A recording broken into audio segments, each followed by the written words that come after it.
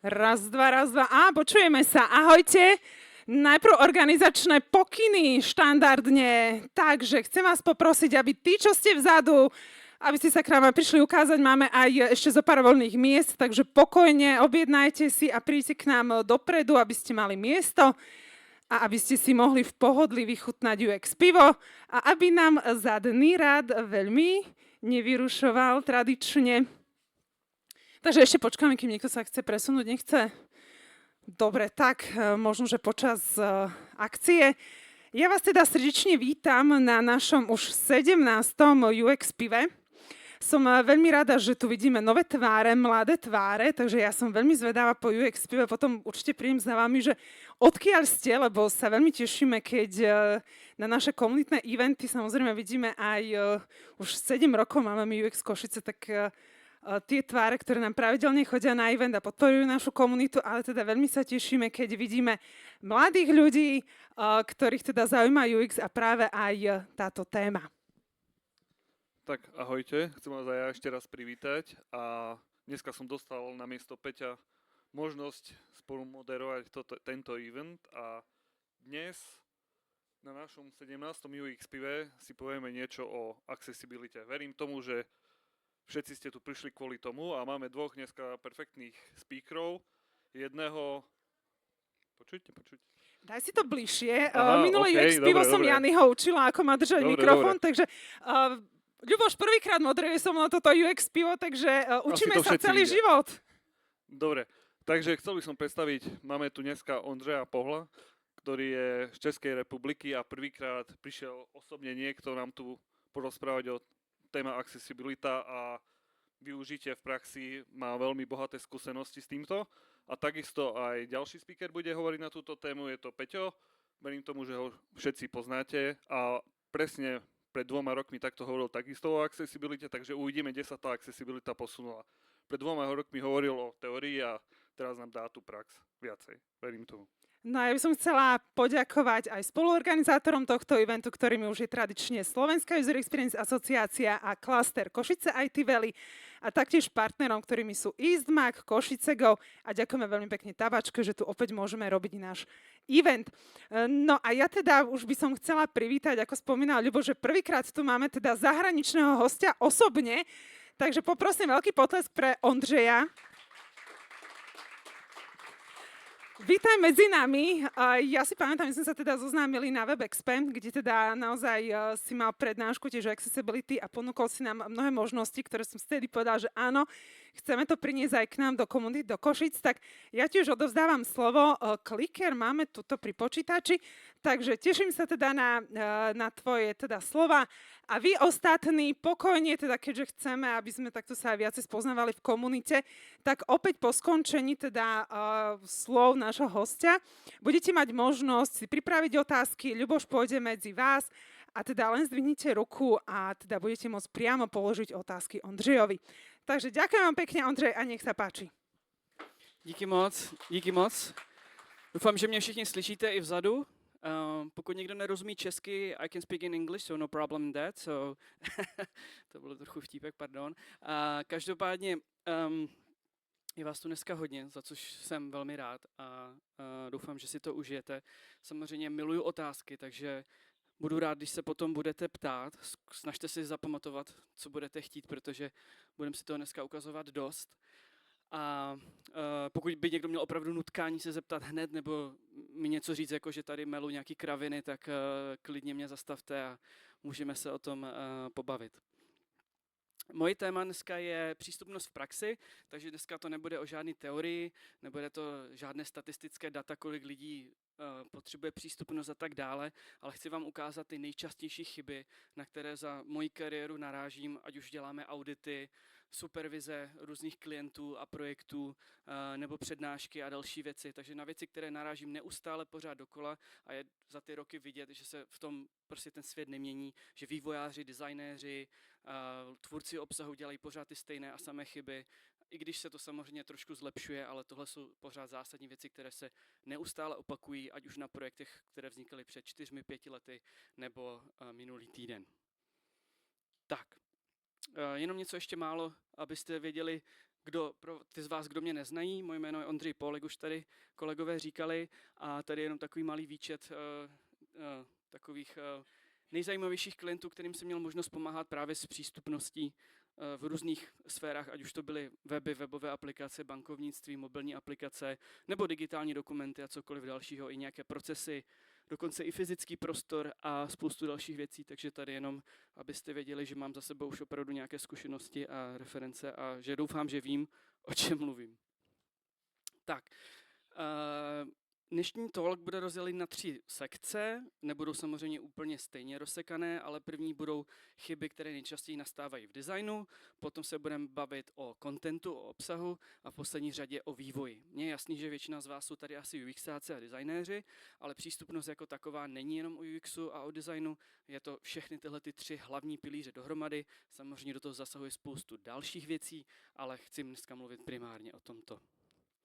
Jinak nemusíte čekat žádný obrázky na slidech, vůbec nic, je to čistě jenom pro rozdělení toho, o čem se konkrétně bavíme a všechno vám budu ukazovat živě na konkrétních ukázkách na webech, primárně teda na webech. Takže první věc, o které bych chtěl dneska mluvit, je nesprávná vizuální hierarchie nadpisu. Zmiňuji vizuální, jo? Nebavíme se teďka o tom strukturální, co je v kódu, jestli to je H1, H2, H3, o tom se budeme bavit později, ale teď se bavíme o to, jak ten vizuální nadpis je důležitý oproti třeba nadpisu, který je méně v té struktuře níže. Jo? Tohle je věc, která nastává pořád velmi často a ukážu vám jeden krásný příklad, snad to bude fungovat. Tak. Jak můžete vidět, tohle je stránka Moneta Moneybank, kterou předpokládám, že znáte, asi na Slovensku ji nemáte. Každopádně tady, když se podíváte, tak jako když pominu tady tenhle ten text těch 12 000 korun, který je spíš jakoby reklamního účelu, tak co vypadá jakoby ten hlavní nadpis, je tady ušetřete 10% za nákup potravin. Jo? To vizuálně vypadá jako nadpis H1, ten nejdůležitější nadpis, který by vám i vizuálně měl jasně říct, na jaké jste stránce a jaký obsah tam můžete očekávat. No a když uslyšíte ušetřete 10% za nákup potravin, tak vám to asi úplně neřekne, kde jste a jak jste se tam vzali. Ono, když se totiž tady podíváte, tak kreditní karta Smart, tohle je vlastně ten název toho produktu, té stránky, kde jste, ale jak si všimnete, tak je ten text velmi malý a ve srovnání s tím, který je pod tím. A přitom tenhle text je H1 a tohle je H2 nadpis. Jo? Já vám tady mám takovou fajnovou feature, ať to nemusím hledat v kódu, tak kreditní karta Smart je nadpis H1 a ušetřete 10% je nadpis H2. Problém je v tom, že samozřejmě ta vizuální hierarchie měla být naopak. Jo? Ten nadpis toho produktu by měl být vizuálně důležitější než ten nadpis pod ním. Jo? To znamená, je to důležité i pro lidi, kteří vidí, tak potřebují se rychle orientovat v tom prostoru, a v tom se často dělají designéři chyby, protože prostě chtějí, nebo marketéři chtějí, nechci říct designéři, ale marketéři, kontentáci chtějí, aby nějaký text vyznil více, ale potom to narušuje vlastně tu vizuální hierarchii. Tak. Další typický problém je chybějící přeskakovací odkaz. Já se možná takhle zeptám, když se nemusíte zvedat ruku, kdo nechcete. Víte někdo, co je to přeskakovací odkaz? Nebo skip link anglicky? Tušíte někdo? Ano, Petr, tady je to jasný, že tuší. Tak, já vám teďka jenom zkratce vysvětlím, co to znamená. Možná nejlépe na konkrétní ukázce, abyste věděli, kde je ten problém. Tak. Jenom momentíček.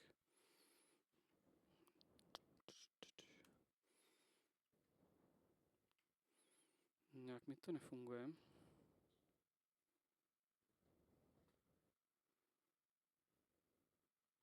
Tak, už, dobrý.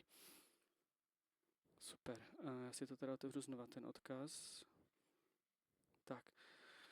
Takže tady jsme teďka na e-shopu Dědoles a vlastně uživatel klávesnice, teď se budeme bavit o lidech, kteří z nějakého důvodu, ať už jakýkoliv nepoužívají myš nebo touchpad, může to být důvod už vlastního komfortu, nebo že třeba mají tu myš vybitou, mají vybité baterky, nefunguje jim touchpad, mají ho rozbitý, nebo jsou to právě třeba lidé, kteří mají nějaké motorické postižení, ať už třeba chybějící končetiny, nebo mají nějaký třes v rukou, necitlivost v prstech, může to být prostě cokoliv, jakýkoliv jiný důvod, kdy nemůžou používat právě trackovací zařízení, jako je touchpad nebo myš, tak vlastně používají klávesnici nebo nějakou jinou formu asistivní technologie, kterou tu klávesnici simuluje.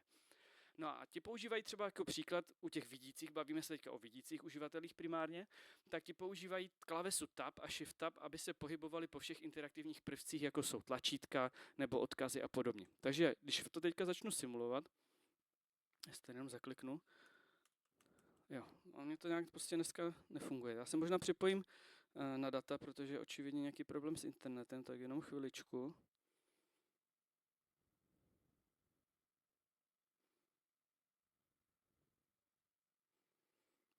Snad už to bude fungovat. Tak. Je možné, že nefunguje ten web, takže to je taky druhá věc. To je taky druhá věc, že nemusí fungovat. Jo, OK. Takže zkusíme něco jiného, to je úplně jedno. Tak. A ten přeskakovací odkaz je vlastně věc, že já teďka tady přijdu a jako uživatel a vlastně musím projít celou tu hlavní navigaci, která tady je, která už sama o sobě má jako další problémy, kterých se dostaneme později. A než se vlastně dostanu pod ten obsah té hlavní navigace, tak prostě musím zmáčknout třeba 50krát, na některých webech 100krát, 200krát tab, než se budu vůbec schopen dostat do toho obsahu, který je pod tou hlavní navigací. Jo? Takže já když teďka tady přijdu a budu chtít třeba na nějakou podstránku, kteroukoliv, třeba tady na Investment Management, tak já znova teďka musím tou klávesnici projít celou tu hlavní navigaci, než se dostanu na ten obsah, který je pod ním. Takže když si dokážete někoho představit, kdo přijde na ten web a bude se chtít dostat někde hlouběji a pokaždé bude muset dělat 100 interakcí právě klávesou Tab, tak asi dost brzo přestane a už se na takový web nikdy nevrátí. Jo. Takže tohle je vlastně ten problém a proč my vlastně potřebujeme ten přeskakovací odkaz, který můžete vidět třeba právě tady. Zmáčknu Tab a vyskočí mi v levém horním rohu skip to content. Jo? Může tam být samozřejmě to je v angličtině, ale jinak by tam většinou přeskočit hlavní obsah nebo přeskočit navigaci. A já když teďka zmáčknu Enter, tak rovnou přeskočím celou tu navigaci a hnedka jsem už pod tím obsahem, který tam je. Takže mi to vlastně jednoduchou interakcí, kterou vidí pouze uživatel klávesnice.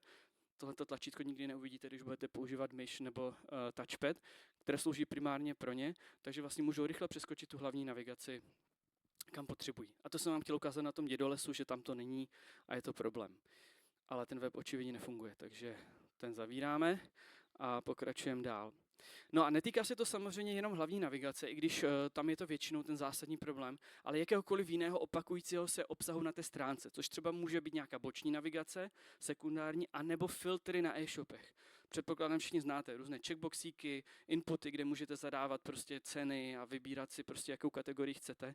Tady krásný příklad z mojí oblíbené Alzy, která je jeden z nejhezčích příkladů nepřístupnosti, kteří na to úplně kašlou, zhora jim to úplně jedno. A přitom je to největší e-shop v Česku, možná i ve střední Evropě. Takže tady krásně teďka, co můžete vidět, přijdu na to, procházím tu hlavní navigaci, oni teda přeskakovací odkaz mají, jo, ale zase, abych jim neukřivdil, ale ten vás odkáže do toho filtru. Jo. Takže vy pokaždé, když budete chtít jít do té sekce, která je mimo ten filtr, napravo, jít na ty produkty, tak pokaždé musíte projít všemi checkboxy toho filtru. Kdykoliv půjdete do jiné podsekce, do jiné kategorie, tak vždycky musíte projít všemi těmi filtry na levé straně a není možnost ty filtry přeskočit, což je zase velký problém pro kohokoliv, kdo používá klávesnici a vidí, tak se na takovémhle webu nebo e-shopu pohybovat je velmi nepříjemné. Tady ukázka třeba z webu vlády České republiky, z úřadu vlády, kterým jsem z přístupnosti například pomáhal, tak za prvé tady mají přeskakovací odkaz, takže můžu rovnou tu navigaci přeskočit. A za druhé, když se dostanu potom a to teďka vrátím se zpátky, když se dostanu potom tady do téhle sekce a mám tady nějakou sekundární navigaci na levé straně, tak mi to umožní právě i tu navigaci přeskočit, tak abych pokaždé zase nemusel procházet celou tu věcí. A to je věc, kterou můžete připravit jako designéři právě pro jakýkoliv repetitivní obsah, který se na více stránkách opakuje. Tak a ještě vám tady chci ukázat takovou chuťovku z e-shopu Kondela. Já jsem si dělal takový research 20 nebo 50 největších e-shopů na Slovensku a snažil jsem se tam ty příklady najít a tady je krásný příklad toho, zase když zaprvé tady ten fokus prakticky klávesnice vidět není, k tomu se potom dostaneme později, ale když se dostanu do toho filtru, momentíček, než se tam proklikám, tak, teď jsem tady ve filtru ceny a ve chvíli, kdy se posunu do toho druhého filtru, tak se mi ta stránka obnoví a já vlastně se nikdy přes ten filtr nedostanu dál, jo. Takže to je vlastně konečná, jo, pro toho uživatele. Když na tohle narazí, tak už jde pryč a bude nakoupit někde jinde. Jo? Takže to je jenom taková ukázka. Nevím, jestli ten e-shop někdo znáte, používáte, ale tak. Další bod je kontrast vstupních polí a jejich podoba. Tohle je věc, kterou prostě potkávám pořád a když někdy jsem kdysi ještě spolupracoval s designéry, nebo jsem sám design dělal, tak na tohle narážím spoustu často. Máte vstupní pole a ten rámeček kolem toho je strašně světlý s tím pozadím a prakticky neviditelný. Jo. To je věc, která je prostě poměrně zásadní, protože, abych to zmínil, vstupní pole je ta nejdůležitější věc na jakémkoliv digitálním řešení. Input. Bez toho nikdo nenakoupí, bez toho žádná firma nevydělá peníze, nikdo si nesjedná smlouvu, nikdo si nezaloží účet na bance. Je to ta nejdůležitější věc, minimálně z toho funkčního hlediska na jakémkoliv digitálním řešení a proto je potřeba, aby fakt fungovala skvěle. Takže když ukážu tady první příklad třeba z banky Creditas, jenom tady jednoduše, tak tady máme takovéhle krásné vstupní pole, které teďka vy vidíte úplně s jiným kontrastem než já, ale každopádně ono to hodně zlepšuje. Jo? Jinak ono to ve skutečnosti je strašně světlonký a nejde to prakticky vůbec vidět. Tady to jde vidět docela hezky, takže bohužel tady na tom vám to teďka neukážu, ale třeba i když vidíte toto disable tlačítko, jo, to je trošku jako nějaká jiná věc, tak to je prakticky taky neviditelný. Jo? Takže další věc, ještě u toho inputu samozřejmě takový ten styl Google Material Design 1, podtržené inputy, to je prostě cesta do pekel. Jo? Ten input prostě potřebuje mít rámeček, ať už zaoblený nebo hranatý, to je úplně jedno, ale fakt ten input musí být dobře vidět a být dobře odlišitelný od zbytku toho obsahu. Tady právě ukážu příklad toho, jak to ideálně může vypadat, když opravdu člověk chce a má tu možnost v rámci toho design systému si s tím hrát, tak tady krásný prostě inputy, které kromě toho, že mají rámeček, mají ještě v sobě i vnitřní stín, který jasně prostě krásně jde vidět, tohle je input, tady něco potřebuji vyplnit, krásně vidím ten fokus toho, kde teď aktuálně jsem a kam chci psát. Takže kontrast těch polí je velmi, velmi důležitý a velmi často je v tom problém.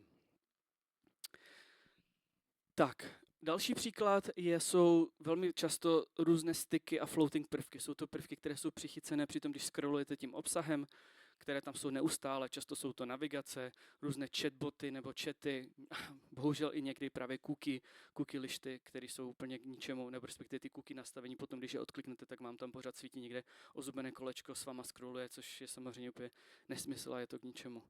Takže první ukázka tady Web 2N, který dělají různé systémy na vstupy do dveří. Možná si někteří všimnete, že mají nový web, který je hodně inspirovaný Applem, jakože hodně, což mě docela jako překvapilo, že ještě dneska někdo něco schopen takového vytvořit. Každopádně, co vám chci ukázat. Je řada uživatelů, kteří třeba mají horší zrak nebo jsou slabozrací a tak dále, tak používají vyšší přiblížení v tom prohlížeči, což vám teďka chci nasimulovat, třeba 400%, což vlastně simuluje 320 pixelů na mobilu v tomto případě. No a když se tady podíváte, tak ten chat s tou obrazovkou zabírá poměrně hodně místa. Jo? Já to samozřejmě refreshnu, aby to fungovalo správně. A když se teďka podíváte, tak teďka to není tak hrozný, ale pořád to menu zabírá poměrně dost velké části. Ale když se ho otevřu, jo, tak vlastně podívejte, jak to menu funguje. Jo? Zase tady nějaký floating prvek, s kterým se prostě nepočítalo se s tím při tom designu, že někdy to někdo si zobrazí v takovémhle nastavení, a což vlastně simuluje i vlastně, když budete mít mobil na šířku ve spoustě případů, takže vlastně to zaobírá spoustu místa a vlastně člověk vidí jenom jeden řádek textu, jako kdysi, když začínaly první telefony, které měly jeden řádek textu. Jo? Takže tohle není ideální. Další příklad, který pro vás mám, je cookie lišta. To určitě všichni milujeme, všichni známe a děkujeme za to Evropské unii, že máme takovouhle nádheru. A což mi připomíná, že to teda musím otevřít v anonymním okně, abych vám to mohl ukázat. Tak, tady máme takovouhle krásnou cookie lištu na Mbang. A když se prostě podíváte a někdo to bude mít takto zobrazený, tak tohle je výborný, navíc se té cookie liště nedá scrollovat, takže ten obsah, který tam je k toho textu, tak si ho stejně nikdo nepřečte. Naštěstí aspoň ty tlačítka jdou tady nějakým způsobem nebo odkazy vidět, ale tohle samozřejmě není vůbec ideální a zase se nepočítá s nějakým takovýmto použitím v této situaci. A potom ještě právě příklad menu, Lipton, super web, doporučuji, UXová nádhera.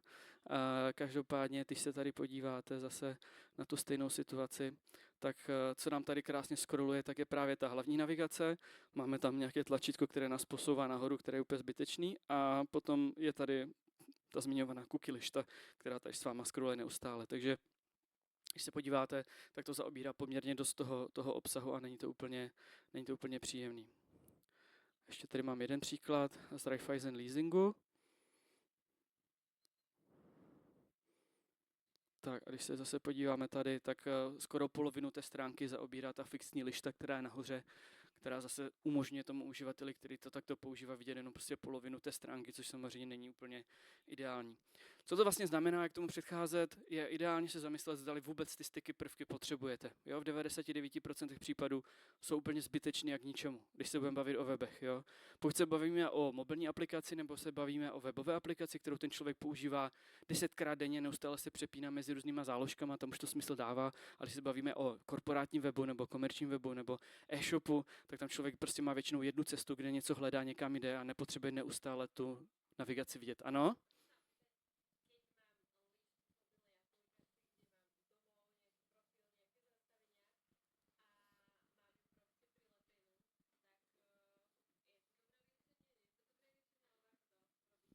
Ano, to je dobrá otázka, jak jsem zmiňoval, třeba v případě mobilních aplikací jako Instagram, Facebook, cokoliv, kde máte tu dolní lištu a neustále se přepínáte mezi feedem, nějakýma svýma oblíbenýma a dalšíma věcma, tak tam to samozřejmě smysl dává. Jenom je potřeba právě přemýšlet nad tím, že si to někdo může třeba zvětšit ten text i v té aplikaci a tím pádem se vlastně ta lišta zvětší, takže nad tím přemýšlet, jako jestli se ta lišta třeba nedá potom připravit i jiným způsobem, která bude třeba kompaktnější, ale bude pořád dávat smysl. Takže zrovna mobilní aplikace tam tyhle ty styky prvky dávají smysl a tam s tím nic moc nejde dělat.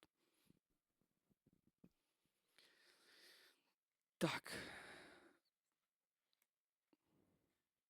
Super. Vstupní pole bez viditelného popisku. To si asi taky dokážete představit, když máte prostě nějaké vstupní pole, které nemá textový popisek viditelný, tak jako není úplně jednoduché vědět, co do něj vyplnit. Ono se to zdá, že tak, vymazat. Tak. Co tím myslím, jo? Když se teďka tady podíváte nahoře, tak vlastně máme vstupní pole a vevnitř jsou jenom takzvané placeholdery. Je to nějaká forma třeba nápovědy, většinou se to k tomu používá, ale tady to použili pro ten popisek toho vstupního pole. No a ve chvíli, když se do něho zakliknu a začnu tam něco psát, tak už teďka to vstupní pole nemá žádný popisek. Je tam jenom vyplněný obsah a ten uživatel, třeba který má velmi krátkodobou paměť, která prostě si pamatuje jenom chvíli, nebo třeba vyplňují ten formulář hrozně dlouho z jakéhokoliv důvodu, tak už zapomene, co tam vlastně vyplnil do toho formuláře a nebude tušit, jaké to je pole a když to bude zpětně kontrolovat a co s tím má dělat. Jo? Takže tohle je jedna z věcí, která je často problém, když se prostě ten placeholder používá místo toho popisku vizuálního toho vstupního pole a potom to tvoří řadu problémů. Takže to je jeden z příkladů. Druhý, co tady jsem si připravil, tak je tady, je to vlastně to samé.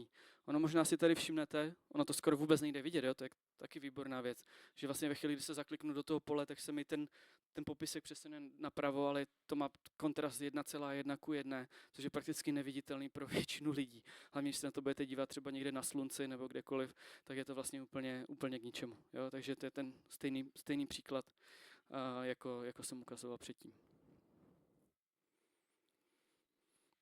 Tak, teďka takováhle specialitka, kterou jako moc lidí, kteří ani jako přístupnost řeší v rámci mých kolegů, tak se takovouhle věci moc nezaobírají. Já jsem zapomněl zmínit, že ty věci, které dneska ukazuju, tak některé z nich jsou ze zákona povinné pro určité subjekty, některé jsou best practices, ale já mezi tím dneska nechci dělat rozdíly, aby jsme se tady nedostali do nějaké legislativy, která mě sice baví, ale není to úplně ten cíl. Já chci, aby to pro vás bylo zábavný, takže nerozlišuji teďka, co je povinný a co není. Samozřejmě, pokud vás to bude zajímat, tak se potom můžete zeptat, co z toho je povinné a co není. Tak, tady problémy s navigací. Co vám tady chci ukázat? Vy jako uživatel myši nebo touchpadu můžete jít do té primární navigace, najet si na jakoukoliv položku a hnedka se dostat, kam potřebujete. Jo, třeba do 2. nebo 3. úrovně navigace. Velmi rychle. Kdežto uživatel klávesnice, jak už jsme si dneska říkali, když půjde tou klávesou a teďka prostě se dostane na ty položky, tak vlastně už tu možnost nemá. Jo? Nerozbalí se mu to, nemůže se do toho dostat, když teďka zmáčknu Enter, tak jdu rovnou do té první úrovně navigace. Takže já teďka vlastně bych musel znova si najít teďka tu podnavigaci. To neznamená, že to pro toho uživatel není přístupné, ale to určitě je uživatelsky nepříjemné. Protože když si to porovnáme s tou zkušeností toho uživatele toho trackovacího zařízení, tak já se můžu jedním klikem velmi rychle dostat kam potřebuji, tady musím udělat minimálně x milion dalších interakcí. Takže tohle samozřejmě je velmi nepříjemné a stává se to velmi často, že se dělají rozdíly mezi tou interakcí právě pro myš a pro klávesnici. Ukážu vám, jak to lze. Jo, tohle ten druhý ještě příklad, co jsem chtěl ukázat tady navíc. Kromě toho, že v ten první příklad mi neumožňoval se tam dostat, tady zase mě to nutí projít všechny ty prvky té sekundární navigace. I když třeba chci jít do stránky About Us, tak já první musím projít všemi těmi jednotlivými položkami, než se dostanu na About Us. Jo? To je to vlastně ten druhý špatný příklad, kdy zase někdo si řekl, OK, umožníme to vlastně stejně, ale zase se nad tím nezamysleli, co to vlastně pro ty uživatele znamená a že se vlastně rychle nemůžou navigovat, kam potřebují. No a jak to třeba vyřešit velmi dobře, je třeba můj oblíbený web NPR, který tohle má velmi dobře zmáklý. Takže když se teďka podíváme na tu primární navigaci, tak já můžu myší si tam najet a můžu hnedka stejně jako předtím přes ten hover se dostat, kam prostě potřebuju. A když jsem uživatel klávesnice, použiju poprvé tab, tak si všimnete, že se tam zobrazí nový prvek. Zobrazí se tam plusko v kolečku, které tam předtím vidět nešlo, které je čistě právě pro ty uživatele klávesnice a já se teďka můžu dostat. Za prvé, jak do té první úrovně té navigace, tak jak to bylo v tom prvním případě, můžu jít rovnou do stránky News, a nebo si to můžu rozbalit a můžu se dostat kam potřebuju. Ale nenutí mě to, takže já si klidně můžu rovnou přeskočit na podcasty a otevřít si je. Jo? Takže tohle je třeba jeden z krásných příkladů toho, jak vyřešit tu navigaci pro kohokoliv, aby opravdu byla equal ta experience, ať už jste uživatel myši nebo klávesnice. Stejně podobně to má třeba dobře vyřešený eBay, který to má udělaný podobně pro třeba košík. Jo? Protože kolikrát právě košíky bývají, že na ně najedete myší, on se vám zobrazí ten náhled toho košíku, ale tahle ta interakce většinou nebyla právě dostupná pro. Jo, a já musím první vyřešit tady cookie listu. Klasika. Jo, a tady jsem teďka na tom košíku, takže buď můžu jít přímo do košíku, jo, teď mám zafokusovaný košík tady vpravo nahoře, a když zmačknu znova tab, tak se mi zobrazí rozbalit košík, což je vlastně ta interakce, kterou já můžu dosáhnout pomocí interakce myši, když na ten košík najedu, jo, což vlastně funguje úplně stejně. Tak. Další typický problém jsou animace a různé karusely a různé tyhle srandy a šmakulády.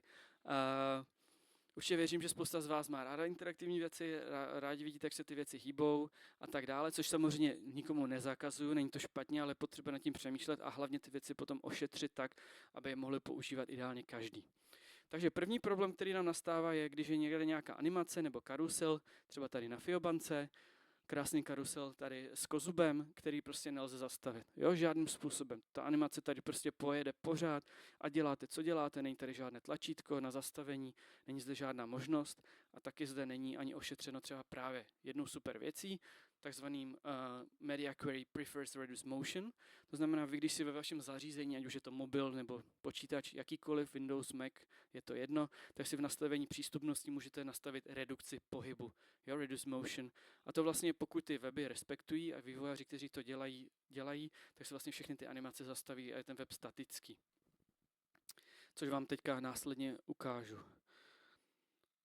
Za chvílečku. Ještě chci ukázat jednu věc, taková specialitka, kterou nevím, jestli jste někdy v životě viděli, ale tady na webu Allianzu při sjednání pojištění, tak vpravo dole máme chatovací okýnko, které se neustále animuje.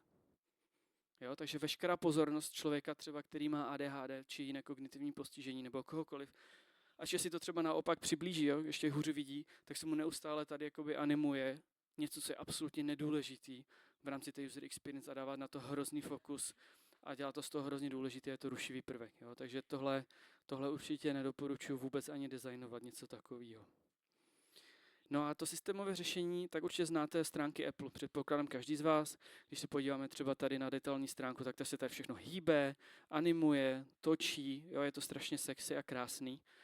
Ale zase pro uživatele, kteří třeba mají nějaké kognitivní postižení, které třeba mají porušený tento ústrojí v uchu, tak vlastně jakýkoliv takovýhle silnější pohyb nebo i jemnější vlastně může vyvolávat velmi nepříjemné pocity. Někdo se z toho může i pozvracet, takže proto je potřeba tyhle ty věci ošetřit a to můžete právě třeba udělat tím, že teďka vám otevřu nastavení, nebo byste to viděli, že nekecám, pro ty z vás, kdo to neznají. A teďka půjdu tady do nastavení zpřístupnění, vyberu si monitor a dám omezit pohyb. A když teďka tu stránku refreshnu, tak tady už se nic neanimuje. Všechny věci jsou statické a žádný pohyb zde není, protože ti vývojáři s designery společně udělali právě to, že použili ten Preface Reader's Motion a připravili jakoby sekundární verzi toho řešení pro to, jak se nemá hýbat. A má být celý statický. Takže to lze ošetřit. Můžete mít všechno animovaný a je to třeba aspoň nějakým způsobem ošetřit. Tak, já si to teďka dám zpátky a pokročím dál. Jednobodová gesta, velice jednoduchá věc, ukážu zase pro uživatele, kteří třeba nemůžou právě nedělat gesto swipe na mobilu. Jo, z jakéhokoliv důvodu používají třeba, mají k tomu připojenou klávesnici nebo k tomu mají připojenou myš, jo, nebo prostě mají třesy v rukou, může to být cokoliv, tak vlastně pro ně třeba to gesto toho swipeu je problematický a když někde nadizajnujete nějaký kartičky třeba jako příklad, jo, kterýma se dá pouze posouvat právě pomocí swipeu, což bylo někde tady dole, jestli se nepletu, jo, tady. Jo, tady nějaká sekce, ve které se dá pouze swipeovat doleva a doprava. Ale chybí tady nějaké fyzické tlačítko, který můžu zmačknout jako šipečku, kterou se můžu posunout doleva a doprava. Pro některé uživatele tohoto bude problém se dostat na ty další položky toho swipeovacího komponenty. Takže vždycky je tam potřeba myslet i na to, že tam je potřeba mít jednou jedinou interakci, abych se mohl posouvat třeba doleva nebo doprava. Ne každý je toho bude schopen. Tak, další věc, proximita, neboli česky blízkost těch prvků, tak typicky se stávají dva problémy. První je, že popisek vstupního pole je strašně daleko od toho samotného vstupního pole. Jo. Ono se to teďka možná nezdá, jo, ale zase představte si uživatele, kteří jsou slabozrací a používají třeba 10násobnou magnifikaci, což vám teďka ukážu. Jo. Takže tohle je situace, v které uživatelé někteří, kteří jsou velmi slabozrací, mají nějaké zbytky zraku, tak vlastně používají to svoje řešení. Jo? Takže jsou teďka tady někde na popisku jméno a chtějí se dostat na to vstupní pole. Někdy jim třeba ujede prst, třeba se jim trošku třepe ruka a skočí na prostě jiné pole. Jo? A teďka jsou ve správném poli, jsou ve špatném poli a vlastně se jim zhoršuje jednoznačně celá ta user experience. Proto by ty popisky měly být hned vedle těch vstupních polí, ideálně nad nimi, je to nejvíc typické a kde to ti uživatelé budou nejčastěji očekávat, takže na to je potřeba si dávat pozor. Existuje na to takový trik, jmenuje se to straw test, test slámkou, chcete-li. Když si vlastně chytnete ruku tím způsobem, jako kdyby se vám do ní vlezla jenom slámka a budete se dívat třeba z vaší normální vzdálenosti na monitor, tak si můžete tímhletím simulovat právě tu situaci vysoké magnifikace nebo pro někoho, kdo má tunelové vidění, jako příklad, protože ta situace je velmi podobná a můžete si vyzkoušet, jestli ten daný prvek je dostatečně blízko tomu samotnému interaktivnímu prvku, aby to bylo jasný, co se s tím děje anebo neděje. Druhý příklad krásný jsou různé hlášky. Přidáte si něco do košíku nebo nějaká success message a ta bude hrozně daleko od toho samotného prvku, který ten success message vyvolal. Jo, mám tady zase příklad beršky třeba. Obecně, když budete hledat ty nejhorší možný příklady user experience accessibility, tak jděte na nějaký fashion e-shop. Jo, to je vždycky bomba. Nechci říct všechny, jo, třeba Zalando je výjimka, ale většina z nich jo. Takže já si teďka třeba přidám produkt do košíku a vpravo nahoře mi vyskočí takový okýnko, že se to přidalo do košíku. Fajn, teďka to vidíme. Ale zase, když budu simulovat tu stejnou situaci a budu mít tu vysokou magnifikaci v tomto případě a budu si chtít přidat ten produkt do košíku, já sám to nepoužívám, jo, takže takhle. Jo, přidal jsem do košíku, ale já nevím, že teďka tam nějaká success message vpravo nahoře vyskočila. Protože to není navyvinuto tak, aby se mi to zobrazovalo buď v blízkosti toho prvku, nebo nadizajnováno, nebo to není připraveno, aby se to vždycky chytalo na nějakou spodní část obrazovky. Jo, takže to byl jenom další příklad toho, jak je důležité, aby ty věci byly ideálně blízko sebe. Tak. Tím jsme skončili sekci o designu, teďka jenom velmi málo o obsahu, tím vás nechci moc obtěžovat, protože samozřejmě tam je milion věcí, které se týkají podcastů, audiostop, titulkům k videím, textovým přepisům a nevím čeho všeho dalšího, ale to si necháme třeba někdy na jindy, nebo můžete se mě na to zeptat potom později.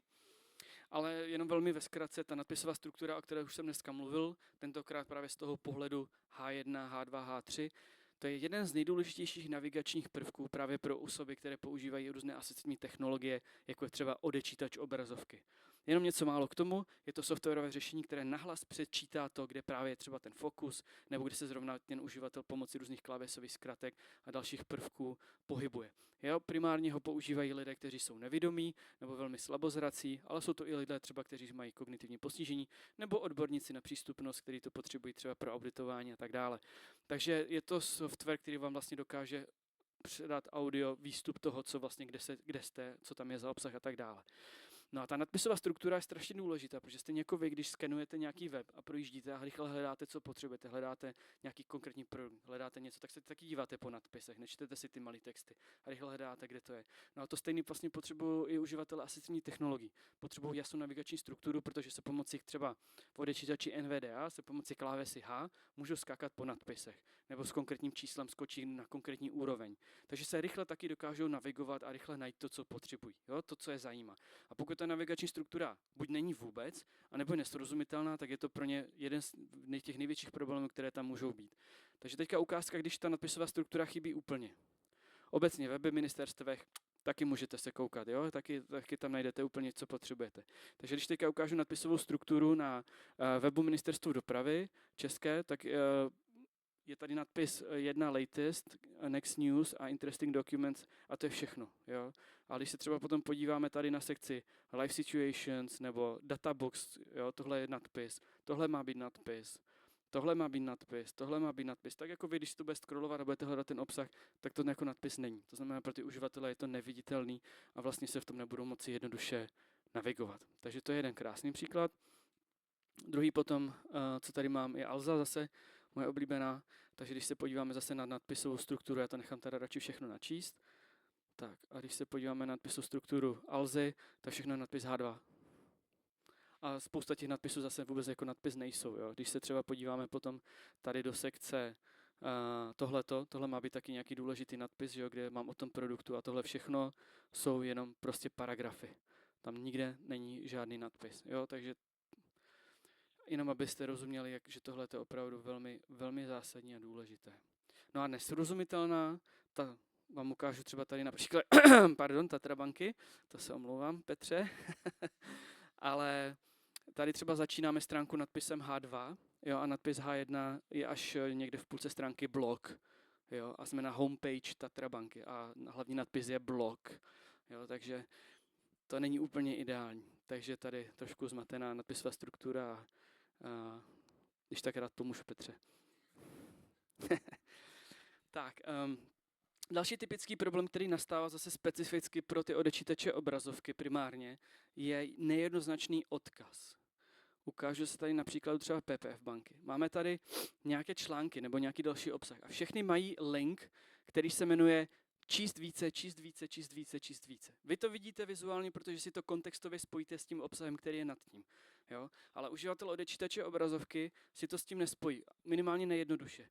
A vlastně, když bych šel po těch jednotlivých odkazech, tak mu to vlastně řekne jenom číst více, číst více, číst více, číst více. A teďka jako o čem, že jo? Takže tam je potřeba takovýmhle prvkům potom přidat takzvaný třeba aria label, dá se to vyřešit různými způsoby. A co to vlastně udělá, že to přidá skrytý popisek pro celý ten prvek a vlastně to řekne třeba číst více o a přidá se tam název toho článku nebo název toho produktu, to stejně jako přidat do košíku, jo, nebo detail na e-shopu. Zase se k tomu detailu přidá název toho produktu, tak aby ten uživatel hnedka rovnou věděl, co vlastně ten odkaz nebo tlačítko dělá. A to se stává velmi často a málo kdy se tohleto vůbec nějakým způsobem řeší.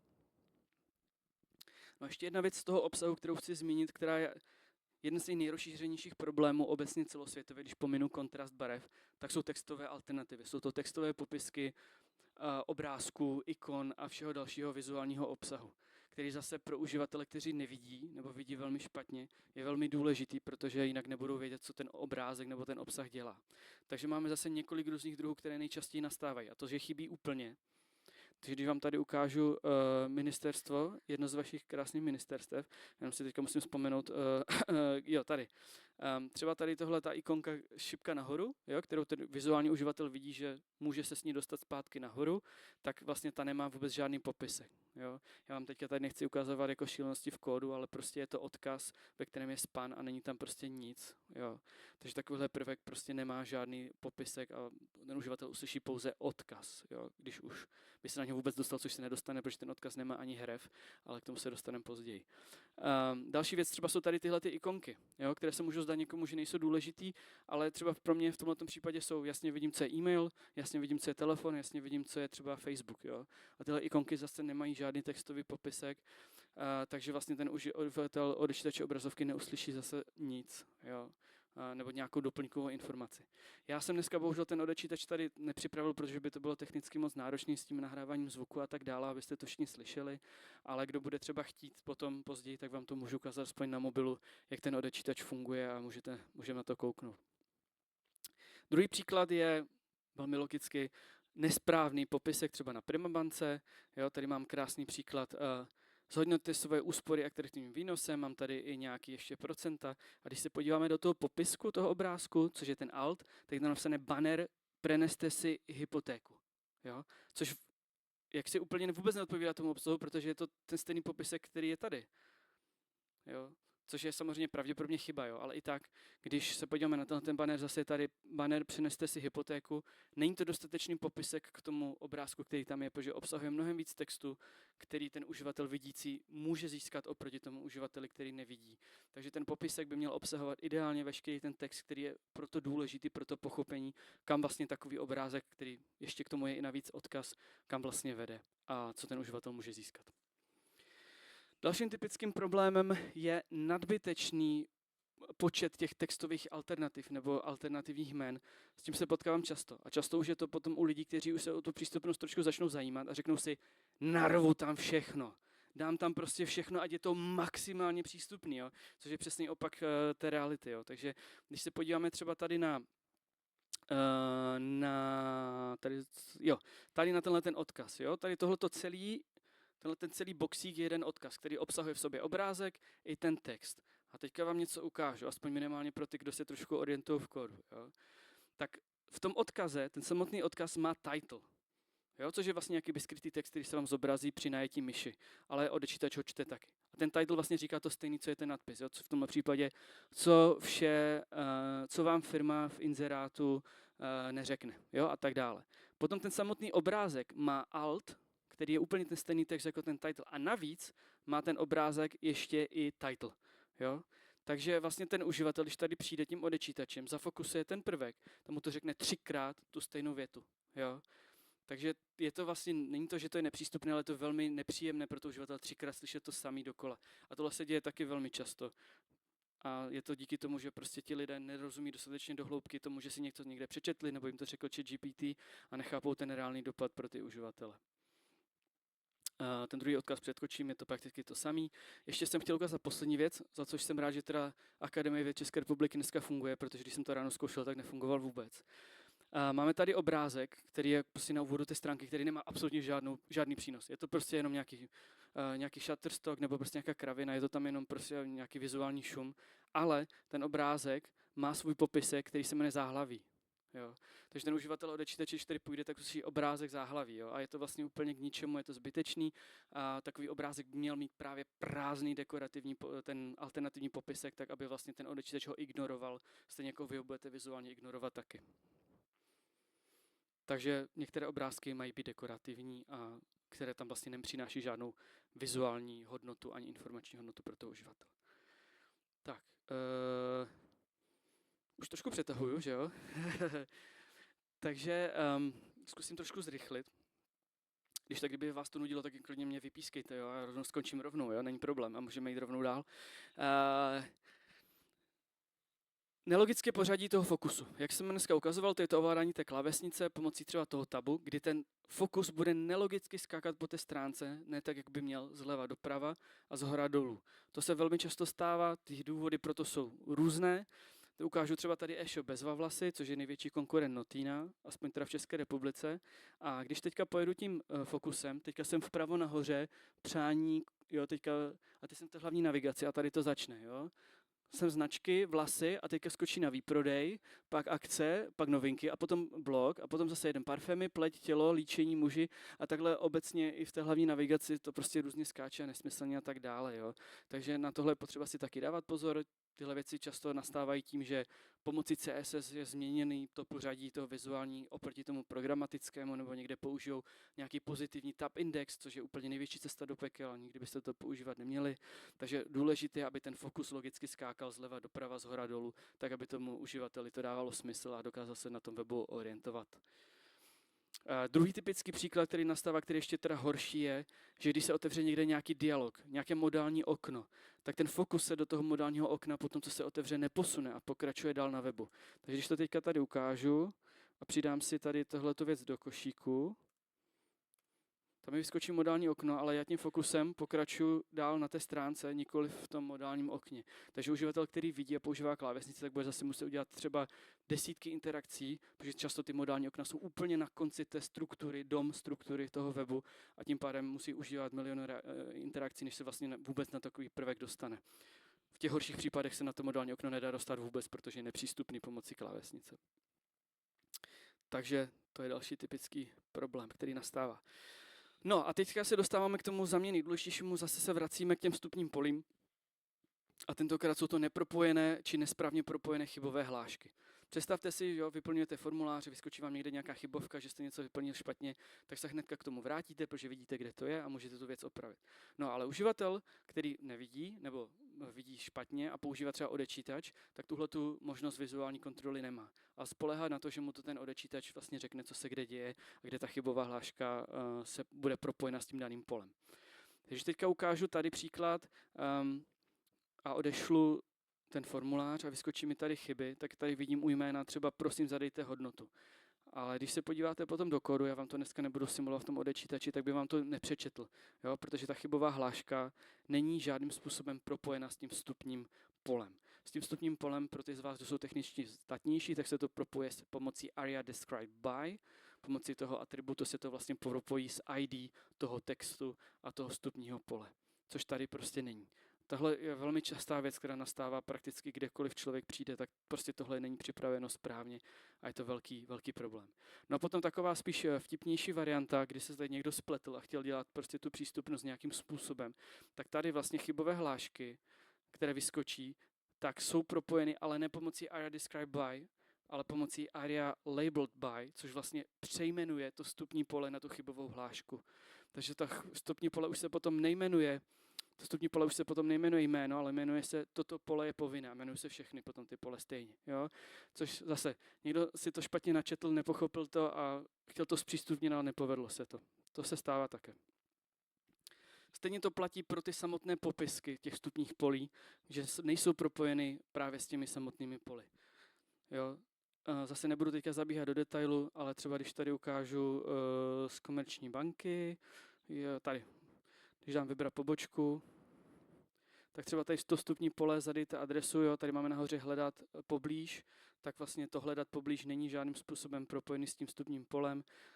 Nebudu vás teďka tím zatěžovat, vždycky to zjistíte velice jednoduše, když si kliknete na ten samotný popisek a zjistíte, že nemá žádné ID, jo, nebo tady respektive není label for, tak nebo v tom inputu není ten label for a je tam špatný ID, tak ty věci nejsou spolu propojený. Jak říkám, určitě by to bylo zavodno vám to ukázat pomocí toho odečítače, abyste to sami slyšeli, ale bohužel dneska na to nejsme připraveni. Druhá typický problém je, potom jsou samotné skupiny, teďka to ani nefunguje zase, takže paráda, ale když máte různé radio buttony, Jo, nebo checkboxy. Máte nějakou skupinu těch checkboxů, tak většinou máte nad tím nějaký nadpis, jo, nebo nějaký popisek, co vlastně vybíráte. Je tam někdy nějaká otázka, nebo vybíráte typ dopravy, platby. Tak i ten samotný popisek pro tu skupinu těch checkboxů musí být programaticky propojený, protože ten uživatel, když tam potom přijde s odečítačem, tak jenom slyší checkbox a ten název toho checkboxu, ale vlastně neví, co vybírá. Takže i ten popisek toho celé skupiny těch polí je potřeba propojit a to se velmi často taky stává. Tak a teď jsem si vyjel z celé té prezentace. Super.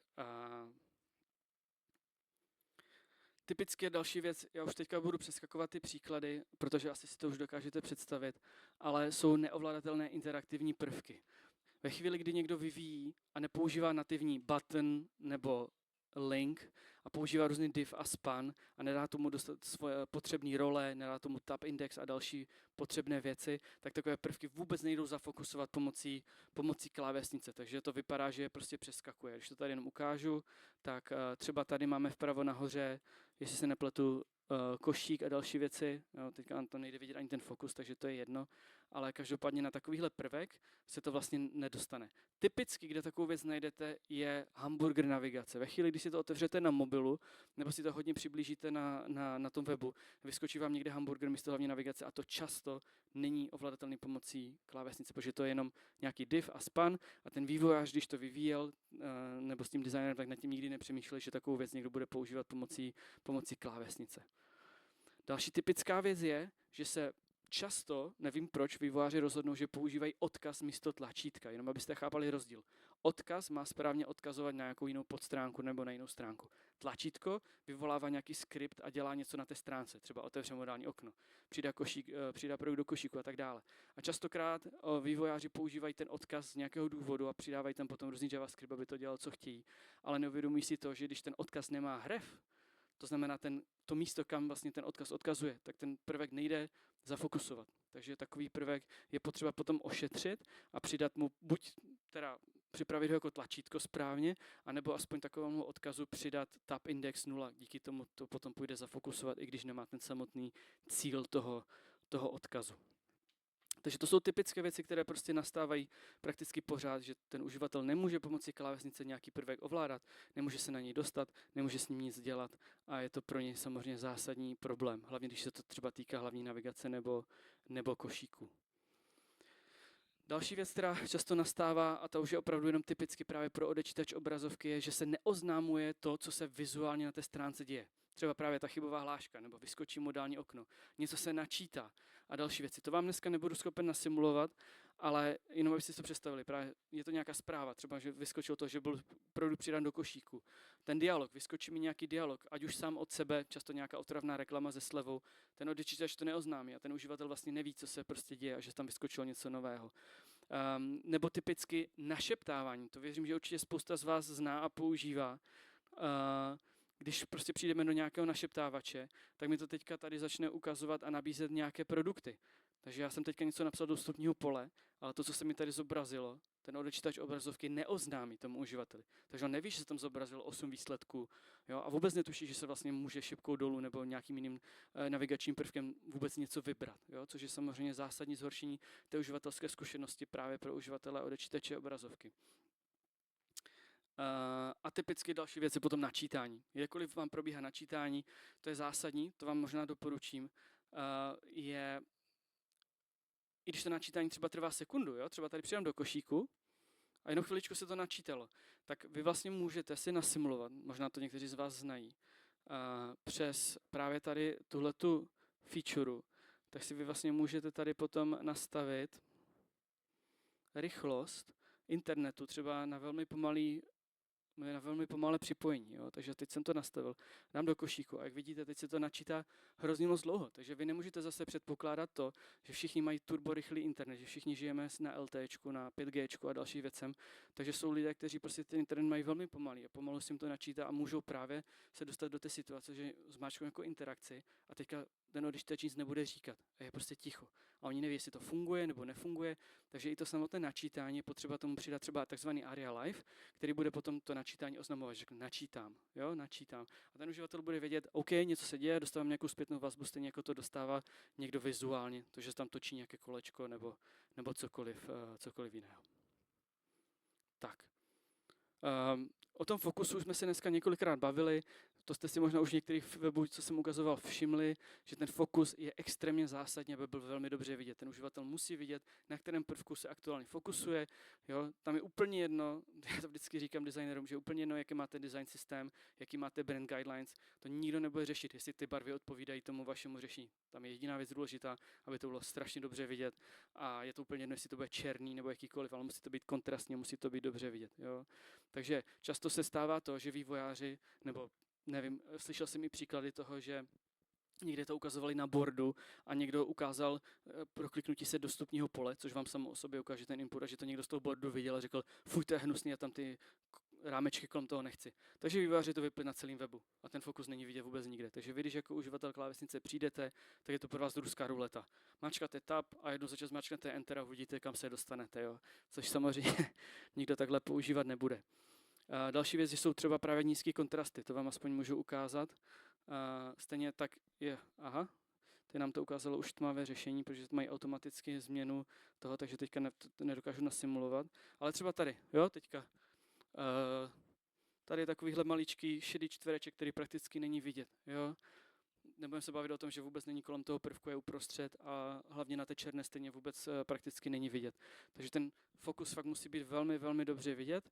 A další problém, který může nastat, je, že vám ten fokus překryje dialog. Jo, to už jsme si ukazovali, vyskočí vám nějaké modální okno a teďka ten fokus je pod tím modálním oknem a vy vlastně netušíte, kde jste. Takže kdykoliv vyskočí nějaké modální okno, vždycky by si ten fokus do toho modálního okna měl přesunout, cirkuluje jenom v tom modálním okně, dokud ho nevyřešíte, ať už ho zavřete, potvrdíte nebo cokoliv s ním, pak se vám právě nestane, že ten fokus nebude vidět. Už jenom krátce, vím, že už jsem velmi dlouhý, tak chybějící nesprávné či přístupné jméno, je to vlastně velmi podobné jako u těch obrázků, když třeba máte nějaký právě ikonu třeba toho hamburger menu, které potřebuje mít přístupné jméno. Vy vizuálně vidíte, že jsou nějaké 3 proužky nebo cokoliv, ale ten prvek potřebuje přístupné jméno, které řekne třeba menu nebo navigace. Jo? Takže třeba tady typicky zase, když to ukážu na Akademii věd České republiky, tak jestli se nepletu, tak to bylo tady. Jo, tady máte tenhle ten prvek a tenhle ten prvek nemá žádné přístupné jméno. Je to jenom tlačítko, které má v sobě ikonu, není tam nic, takže ten uživatel uslyší pouze tlačítko. A teďka co? Jako, co s tím mám dělat, když nevím, co to dělá, že jo? Takže to je velmi, velmi důležitý. V druhém příkladu, co jsem tam měl, a teďka nezdržuju, tak tam bylo tlačítko, které se změnilo, ale zůstalo mu stejné přístupné jméno jako tomu předchozímu, takže to vlastně říkalo něco, co to vlastně vůbec ve výsledku nedělá a to se taky často děje. Tak, tohle už přeskočím a ten zbytek už není tak podstatný, jenom velmi v rychlosti. Když bych měl říct jednu věc na webu, která je zásadní a většinou ten bottleneck toho, jestli se vůbec na ten web někdo dostane, tak jsou to cookie lišty.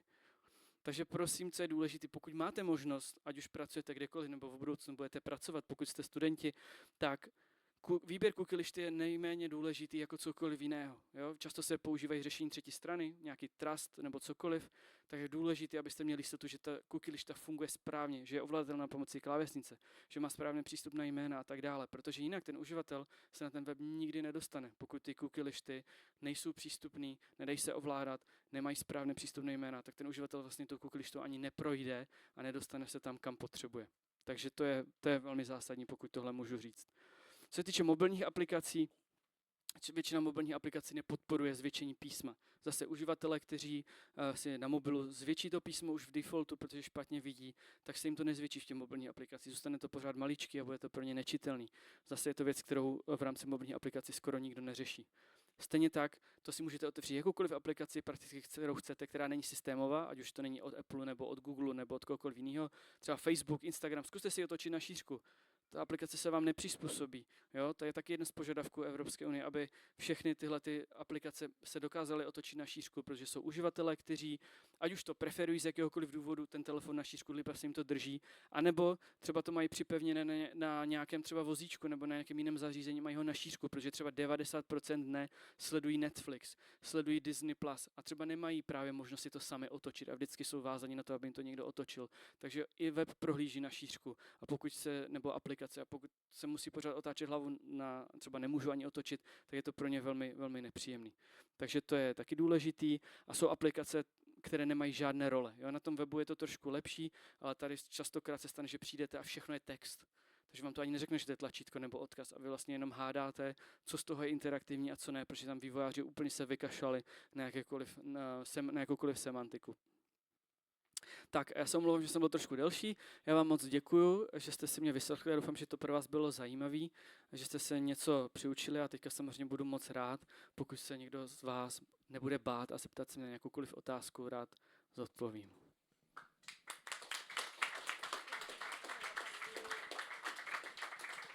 Takže kto by mal nejakú otázku? Áno. Ja by som sa chcel spýtať, existujú nejaké validátory, že ja viem dať svoju stránku a mi prekontroluje a povie, že čo mi tam chýba, čo by som mal ešte doplniť a tak ďalej, lebo akože stále robí ten checklist, hej, je dosť namáhavé. Rozumím. To je jako otázka, kdybych se zeptal, jako jestli já dokážu třeba ten web zabezpečit, jestli dokážu udělat security, jestli dokážu udělat to a to. Ona přístupnost jako taková je sama o sobě jako velmi složitá nebo nechci říct složitá, ale je to jakékoliv jiný craft, jakékoliv jiné věc, kterou do toho zapojujete, takže jakákoliv automatizace nebo využití AI nebo nějakého validátoru určitě možnosti jsou, ale určitě bych na to nespolehal. Jo? Takže máte třeba WebAIM, který můžete hodit URL adresu konkrétního webu, teď vám to projede a dokáže vám to vyplivnout nějaké věci, třeba že vám tam někde chybí alternativní popisky nebo máte nízký kontrast a takovéhle věci. Ale ta automatizace dokáže vyřešit, spíš vám najít třeba 20, možná 30, někdy 10% těch věcí, které tam jsou, ale většinou vám nevyřeší žádný automat a potřebujete někoho, kdo tomu rozumí, ať už nějakého odborníka na přístupnost, nebo i třeba uživatele, kteří nějaké postižení mají, které pozvete na uživatelské testování, oni vám tím řešením projdou a ty věci vám odhalí. Takže automatizace je možná jenom ve velmi malé míře a spíš jenom s tím, že vám to dokáže ukázat, kde jsou nějaké drobné problémy. Ale třeba to, co jsem dneska ukazoval, třeba tu proximitu, to vám žádný automat nenajde. Stejně vám automat nenajde, jestli je to vstupní pole správně propojené, nebo ta chybová hláška, jestli je propojena s tím vstupním polem. To vám žádný automat nenajde. Jo? Stejně tak, jako vám nenajde ty sticky prvky a floating prvky. Takže nějaké validátory existují, ale určitě bych to nedoporučoval, když to chcete řešit komplexně a vážně, tak to není určitě dobrá cesta. A čo tá čítačka, čo ste chceli ukázať, pomohla by byť nejak? Alebo? Určitě. Jo, pokud se s tím odčítačem naučíte pracovat a budete vědět, jak s tím pracují koncoví uživatelé, co vlastně používají za zkratky a jakým způsobem se navigují na webu nebo v mobilních aplikacích, tak vám to jednoznačně může ukázat, aha, tady to nemá popisek, aha, tady na to se nedá vůbec dostat pomocí odečítače. Takže když si vezmete jako v první řadě, co začnete, vezmete si klávesnici a zkusíte tím tabem si tím webem proklikat, jestli se vůbec dostanete kam potřebujete, to je první krok, skvělej, odečítač, druhý výborný krok, takže to určitě můžu doporučit. Máme ešte nejakú ďalšiu otázku? Ja mám dve otázky. Najskôr prvú takú praktickú.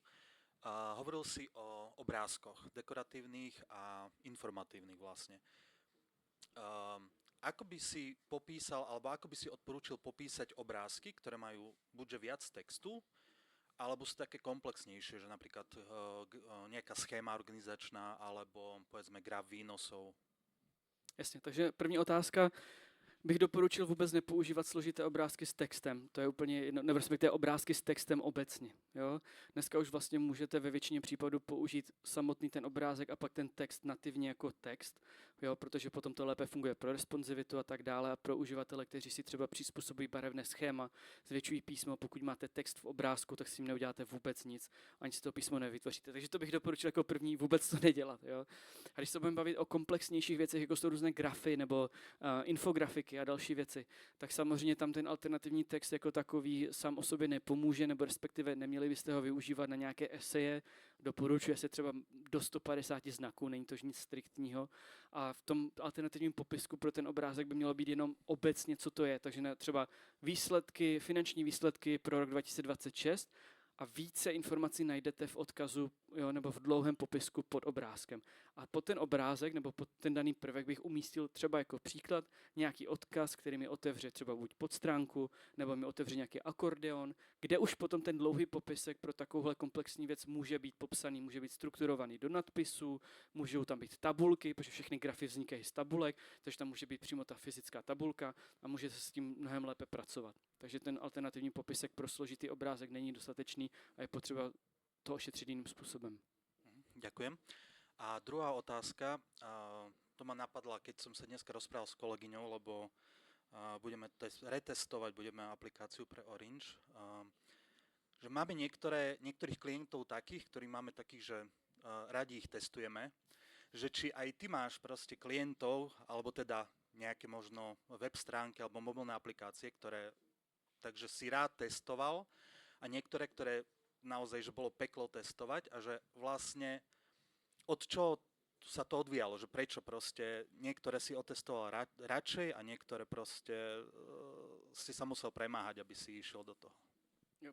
To je dobrá otázka, já v tom upřímně moc rozdíl nedělám, pro mě, ať je to jakýkoliv aplikace digitální, ať je to web, cokoliv je vlastně, jako já v tom nevidím rozdíl, spíš byl pro mě jeden konkrétní problém, který jako jsem fakt dělal nerad, nebudu zmiňovat toho konkrétního klienta, byl to jeden e-shop a těch chyb tam měli obrovské množství, takže ten audit trval strašně dlouho a už to bylo opravdu úmorný, jako se v tom prostě hrabat pořád v tom jednom řešení. Už jsem chtěl jít prostě na další, už jsem prostě chtěl se věnovat něčemu dalšímu, takže to bylo spíš z toho hlediska, že jsme se točili pořád ve stejném kruhu, byly tam pořád ty stejné chyby, pořád dokola, takže asi nedokážu říct, ale když to srovnám obecně, radši testuju weby než mobilní aplikace, protože ty mobilní aplikace a obecně vývojáři mobilních aplikací nemají tolik zkušeností jako ti, kteří vyvíjejí weby, myslím z pohledu přístupnosti, takže mobilní aplikace ve většině případů jsou mnohem méně přístupné než jejich webový ekvivalent. Takže asi tak, Petře. Ďakujem. No, ale iba veľmi rýchla otázka. Môžem sa opýtať ešte ku tým sticky points, že keď mám klienta, ktorý proste to vyžaduje a teraz si vyzumujem tú stránku a povedali ste, že zostane mi tam iba jeden riadok. Ako to mám vyriešiť, aby to... Rozumím. Výborná otázka. Například nastavit při vyšším přiblížení než 150% nebo kolem 200%, tak ty styky prvky prostě už tam nedělat. Jo? To znamená, že zůstanou nahoře ta navigace a už se nebude zobrazovat. Jo? Ono vlastně ani nepomůže takový to, když scrollujete dolů, tak to tam je a ve chvíli, když začnete scrollovat nahoru, tak to vyskočí, nebo naopak to většinou taky dělá problémy. Takže obecně se používá to, že když ten prvek, že už si někdo ten web přiblíží nebo je více přiblížený, tak se ta sticky funkcionalita vypne a ten prvek zůstane někde buď dole, v patičce, nebo zase někde nahoře, kde je potřeba. Jo? Takže to je to nejideálnější řešení. Ďakujeme veľmi pekne. Ondrej teda s nami potom po skončení UX piva sa presunie do reštauračnej časti tabačky. Takže keď sme nestihli vaše otázky, tak pokojne myslím si, že Ondrej bude veľmi rád, keď za ním prídete a položíte mu otázky. No a ja teda ti ďakujem veľmi pekne za úžasnú prezentáciu, takže ešte jeden veľký potlesk. Ako ste si všimli, tak kolegynka teda robí aj videozáznam z dnešného UX piva, takže sledujte naše sociálne siete. Áno, Adi, ďakujem veľmi pekne. A teda, keď ste niečo nestihli, alebo chcete to použiť ako nejaký študijný materiál, keď tu máme nejakých pedagógov a podobne, tak potom teda na našich sociálnych sieťach, hlavne teda na YouTube, bude zostrih celej Ondrejovej prednášky. No a Peťo už aj takto bez vyzvania, keďže väčšinou je vždy z tej opačnej strany UX piva, keď je teda môj moderátorský partner, tak Peťo, ja ťa teda tu vítam tentoraz ako hostia, takže privítajte teda môjho kolegu Peťa Leška,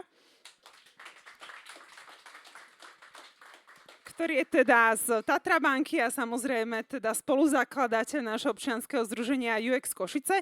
A ja ešte by som týmto chcela ešte raz poďakovať aj Tatrabanke za to, že vďaka nej môžeme tu nabyť a môžeme tieto naše UX eventy v našej komunite organizovať. Takže ešte jeden veľký potlesk aj pre Tatrabanku.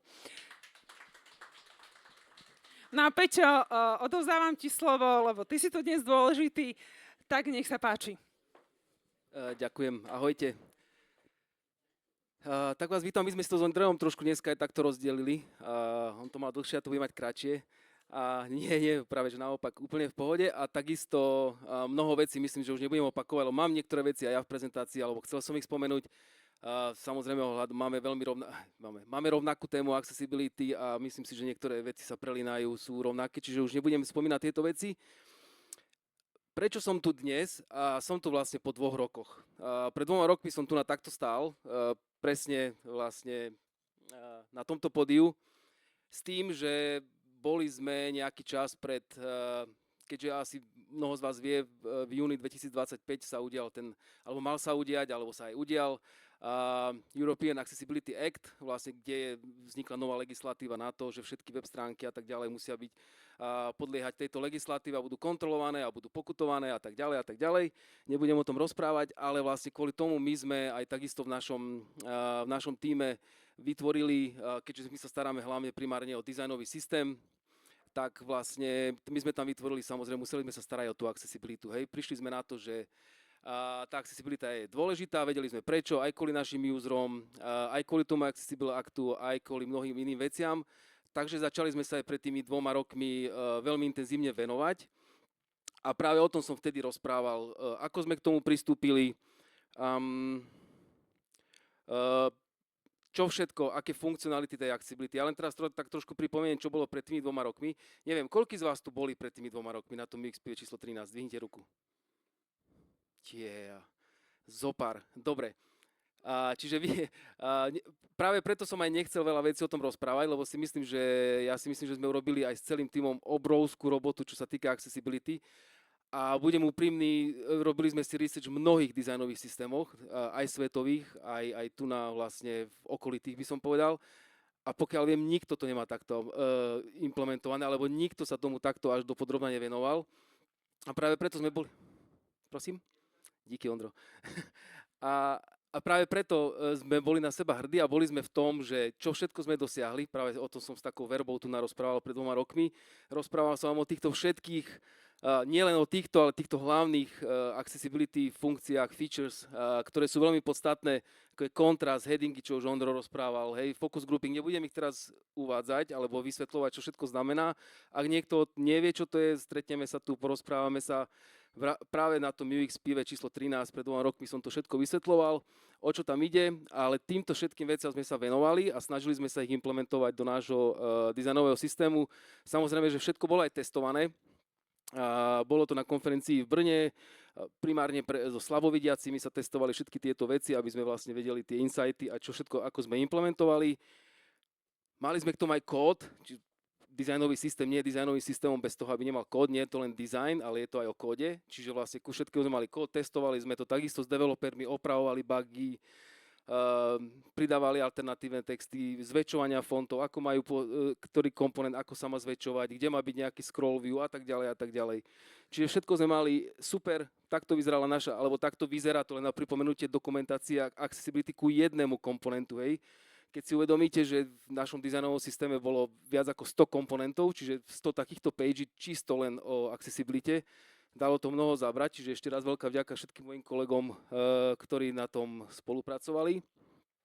S tým, že vidíte, že každý jeden komponent, z ktorého ako Lego si viete vyskladať screenu, flow, aplikáciu, web a tak ďalej, tak vlastne je popísaný, že vlastne aké má touch array, ako sa má správať, keď sa zväčšujú fonty, či má heading, či nemá heading, lebo bavíme sa primárne o mobilných aplikáciách alebo systéme pre mobilné aplikácie, ale máme samozrejme aj weby a tak ďalej. A vlastne nejaké návrhy pre alternatívne texty a tak ďalej a tak ďalej. A potom ešte plus k tomu sme urobili strašne robustnú dokumentáciu s rôznymi odporúčaniami, do's and don'ts, nejaké tipy a triky, čo sme si aj my naštudovali. Samozrejme, my sme sa pri tom strašne veľa naučili. Ja som niekedy dávno, alebo doteraz, keď si pozriete môj LinkedIn, tak vlastne ja tam mám tú istú vetu, ktorú som si tam vlastne napísal, ešte keď som si ho zakladal pred mnohými rokmi. A vtedy som si tam už napísal, že som robil nejaké produkty s nejakým prístupom ku accessibility alebo niečo také. Bol to bullshit, akože fakt úprimne. Vtedy som vôbec nevedel, čo je tá accessibilita. Asi mi to znelo vtedy dobre, alebo som si myslel, lebo som vedel, že to má niečo spoločné s kontrastmi, však ako dizajner sa venujem tým kontrastom, ale až vlastne pred týmito pár rokmi, keď sme sa začali venovať tomu, som zistili, čo to vlastne tá accessibilita je. Hej, čiže vlastne až teraz si môžem povedať, že viem, čo to je, do nejakej miery, nie ani tak zďaleka ako Ondro, ale aspoň máme nejaké poznatky o tom, čo to je. Čiže takto to bolo pred 2 rokmi. A potom vlastne v Českej republike pre Českú Rajevku, pre ktorú sme dodávali aj takisto tento dizajnový systém, prišiel externý audit, ktorý robil tento pán, ktorý tu bol. A my sme samozrejme, vedeli sme, že on ho audituje nám všetky aplikácie a tak ďalej, tak sme si boli, však sme urobili strašný kopec roboty, on nás aj pochválil predtým, lebo sme sa s ním stretli, keď sme mu to ukazovali, že wow, urobili ste super prácu, tak sme vlastne boli, že wow, však čo sa môže vlastne stať. A stalo sa toto. Toto sú, ako to on nazýva, nalezené nesúlady. Čiže to je taká tabulečka, veci, ktoré čisto len pre mobilnú aplikáciu boli nájdené týmto Ondřejom, díky pekne Ondro. Je ich nejaký 240, keď si dobre pamätám. Čiže, čo teraz, hej? Tak, čo budeme robiť teraz? Museli sme si urobiť nejaký plán, hej? Boli sme toho akože fakt úprimne, aj my sme boli trošku sklamaní, lebo sme nečakali, že až takto. V veľkých prípadoch sme mali aj problémy s kontrastmi, ktoré sme si mysleli na 100%, že máme všetko dobre vyriešené, však sme krížom krážom kontrolovali vo Figme cez pluginy kontrasty, ale ušlo nám strašne veľa vecí. Čiže museli sme si urobiť plán, ten plán bol to, že sme si vlastne urobili, primárne sme sa venovali samozrejme veciam, ktoré sa týkali dizajnu, nie tak ako kódu, tie sa rozdelili medzi developerov. Všetky dizajnové veci sme si vytvorili tasky, prebrali sme ich a tak ďalej. Nie všetky nám boli jasné, alebo nevedeli sme, ako vyriešiť, čiže preto sme potom išli do Prahy. Stretli sme sa znova s Ondřejom, ktorý nám aj vlastne poradil, díky pekne, a povedal nám, čo ako ďalej. A čiže my sme vlastne na tom s kolegami, díky ešte raz všetkým kolegom pekne, vidíte tu rôzne riešenia, ktoré sme skúšali, hrali sme sa vlastne, lebo tiež nie je jednoduché nájsť niektoré kontrastné pomery tak, aby to nielen splňalo ten kontrastný pomer, napríklad, ale my sme to stále hovorili, aby to aj vlastne nejaký vlastne ten balans medzi tým usability a accessibility. Je to celkom, si myslím, že zaujímavý topik, ktorý môžeme sa niekedy o tom porozprávať, ale s tým sme sa celkom borili, hej, že vlastne nájsť ten správny balans medzi to, že niečo je usable a niečo je accessible. No a čo sme vlastne opravovali, čiže trošku vám prejdem tým, čo teraz vám ukazujem také naše faily. Hej, fakt úprimne. Bolo ich dosť. Ja som vybral asi tie možno, že lebo mnoho sa opakovali, alebo mnoho boli veľmi podobných, ale vlastne z takej skupinky failov, ktoré sme vlastne urobili v rámci toho auditu, aj keď v rámci toho nášho dizajnového systému, ale poučili sme sa. Ono aj riešiť kontrasty na tejto obrazovke asi nie je veľmi jednoduché, lebo nevidíte možno až tak tie rozdiely medzi tými dvoma obrazovkami, ale vlastne takúto akčnú farbu, ktorú my používame, tu vidíte, tak táto nesplňala kontrastný pomer, tu sme ju opravili, ono vidno, že je trošku tmavšia, ale už splňa kontrastný pomer, ale tiež sme sa s tým dlho hrali, hej. Tu sú tie textové polia, o tom som chcel trošku rozprávať, ale Ondřej už porozprával, myslím, že dosť. A takisto sme mali, kopec sme failovali na týchto veciach. Na ľavej strane vidíte presne ten stroke, alebo tú obrubu toho textového pola, ktorá bola slabá, ktorá nesplňala ten kontrastný pomer. Čiže na pravej strane už vidíte, ako sme to opravili. Pridali sme tam silnejší ten stroke, lebo to musí tam, neviem, či vidíte na pravej strane, ja ukazujem, ktorý je ten správny kontrastný pomer. Možno prejdem tak.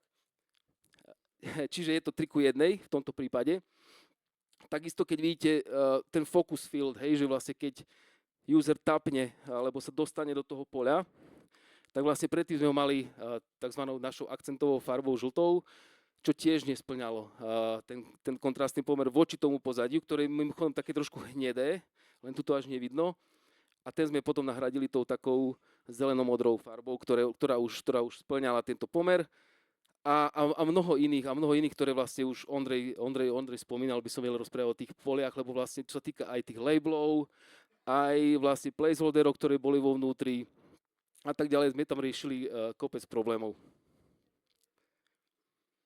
Aha, už som asi ďaleko. Dobre, tu je to veľmi podobné search, keď vidíte hore, zase to je opravené, ale tu takisto sme opravili aj ten placeholder, ktorý je search, ktorý na ľavej strane nesplňal ten kontrastný pomer, ale zase tu sme sa tiež borili trošku s tým problémom accessibility versus usability, keďže už niekedy, keď ten placeholder vo vnútri toho poľa dáte takýto výraznejší, tak ono niekedy to môže vyzerať, nie že vyzerať, ono to aj tak vyzerá, že už to pole je vyplnené, že to nie je placeholder, ale že to je vyplnené. Čiže preto o tom hovorím, ten balans medzi tým accessibility a usability je maličký a dosť sme sa s ním borili. Hop. Tu takisto ikonky, keď vidíte na ľavej strane, ktoré používame na rôzne success, info a tak ďalej, my si myslíme, že to je OK, ale nesplňalo to ten kontrastný pomer, čiže museli sme ich trošku stmáviť, aby to bolo ten kontrastný pomer 3:1, takisto. Všetky alerty. Viete, čo to je alert? Je to tá message, ktorá vybehne zhora, väčšinou, alebo aj v našom dizajnovom systéme aj z dola. Môže vybehnúť, keď buď vás o niečom informuje, alebo niečom, čo ste dobre urobili, alebo máte nejaký erorová hláška a tak ďalej. Ako vidíte na ľavej strane, ten text voči tomu pozadiu nesplňal. To sme si nejako vôbec, nám to úplne ušlo, neviem prečo, aj mne hlavne. Čiže začali sme špekulovať, keďže nám tie farby nesedeli, ako to urobiť. A vymysleli sme takéto riešenie, že sme dávali tu ten outline, ten stroke, ako je na pravej strane ku všetkým týmto alertom. Či to už boli info, alebo ten success, alebo errorové alerty. Všetky sme prispôsobili takto.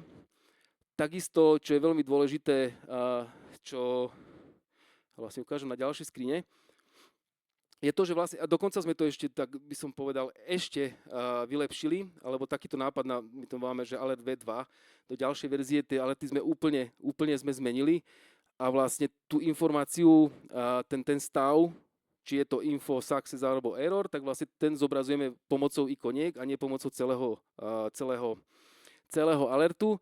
S tým, že vlastne, neviem, či to Ondrej spomínal, či mi to ušlo dnes, ale veľmi dôležité vlastne, aby tie alerty pri tých screen readeroch, pri tých čítačkách vlastne nielen vybehli a odišli len tak. Hej, že v ideálnom prípade by to malo byť nejaké x-ko, aby ten user vedel to zavrieť a hlavne, keď to je nejaká erorová hláška, nie je dobré, keď to tam.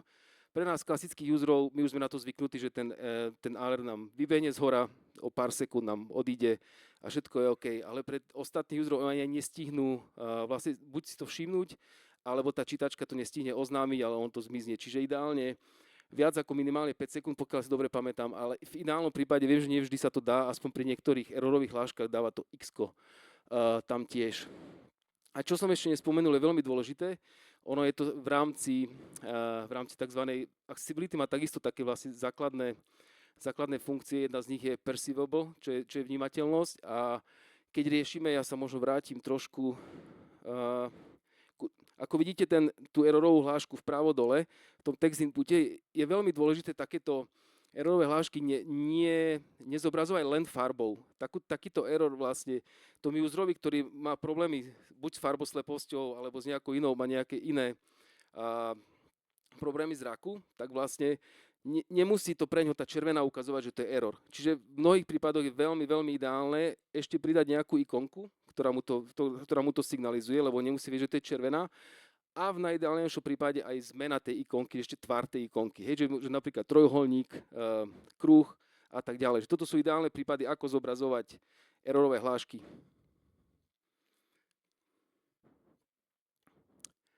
Tuto je takáto ukážka na ľavej strane, alebo stretol som sa s tým, aj my osobne, nevedeli sme o tom, ale stretli sme sa s tým, že tá žltá farba, ktorá je naša vlastne brandová, akcentová hlavná farba, ktorá vlastne zobrazuje hlavný ten call to action button na spodku screeny, vlastne v podstate ono nesplňa tá žltá farba kontrastný pomer voči tomu pozadiu.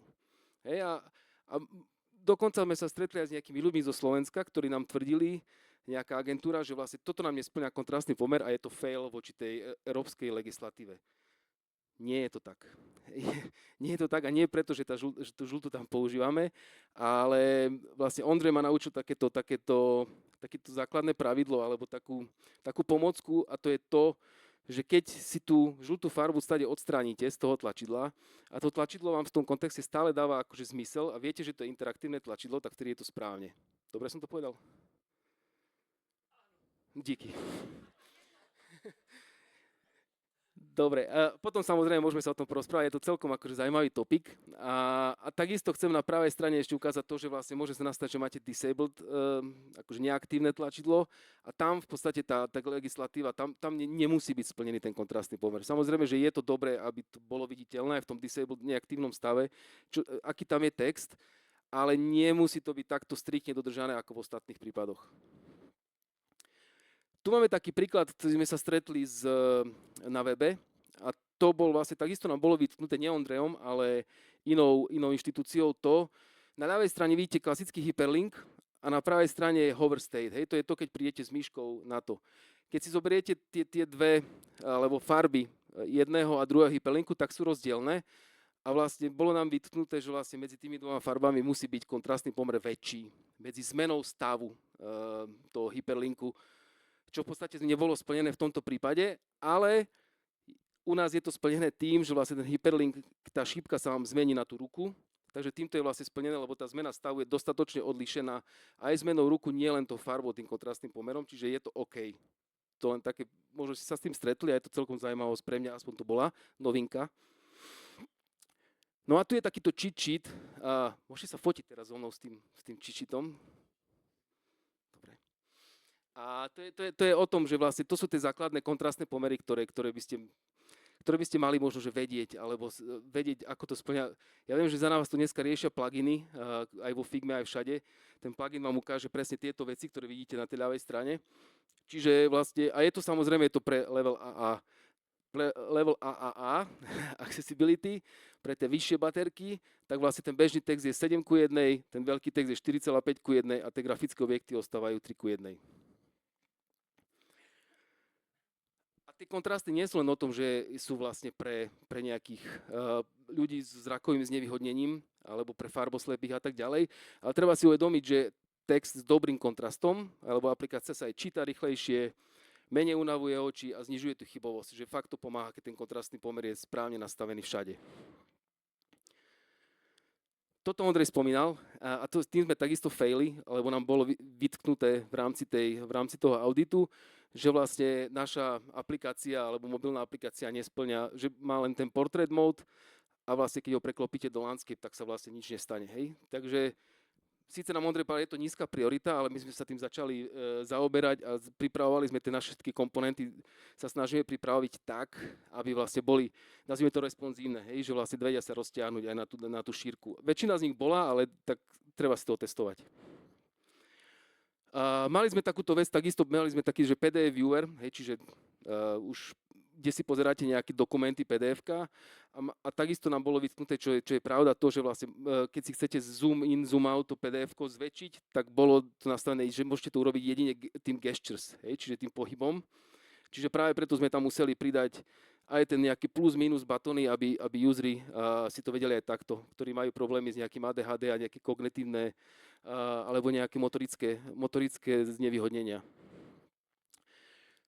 Prídem ku tým karuselom, čo už Ondrej spomínal.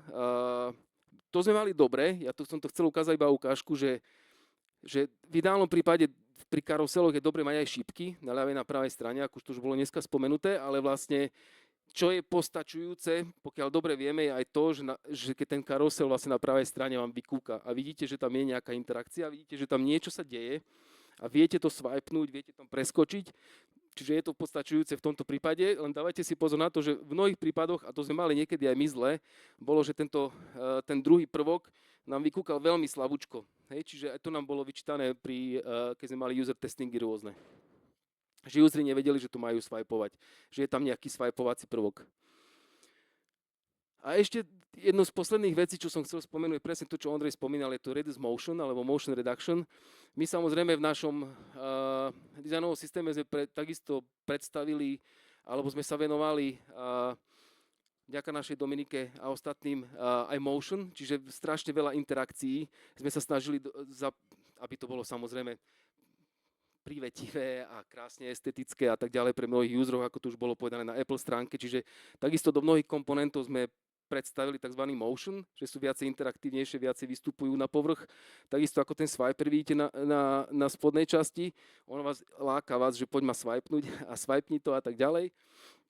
Čiže v takýchto prípadoch presne sme nastavovali dokumentáciu a veľa sa rozprávali s developermi o tom, aby každý tento prvok bol nastavený tak, že sa pri Reduce Motion, keď si nastavíte vo vašom telefóne, fakt si to vyskúšajte niekedy. Ja som si to párkrát skúsil, aj vo vašich iPhone-och, keď idete do settingov, tak vlastne tam máte accessibility setting Reduce Motion, vyskúšajte si to a sa hrajte s telefónom o koľko vecí vlastne, alebo aká je tá interakcia alebo s tým telefónom o mnoho iná. Čiže aj v tomto prípade vlastne tá šípka sa vôbec nehýbe, hej, keď je Reduce Motion, len stojí. To isté, takéto všelijaké spinnery, alebo ktoré my sme introducili, takisto sme ich nahradili pri Reduce Motion, vlastne sme ich swapli a vlastne je tam klasický len spinner, čo je OK v tomto prípade, hej, že nám to neskáče, nehýbe sa to veľmi a tak ďalej a tak ďalej.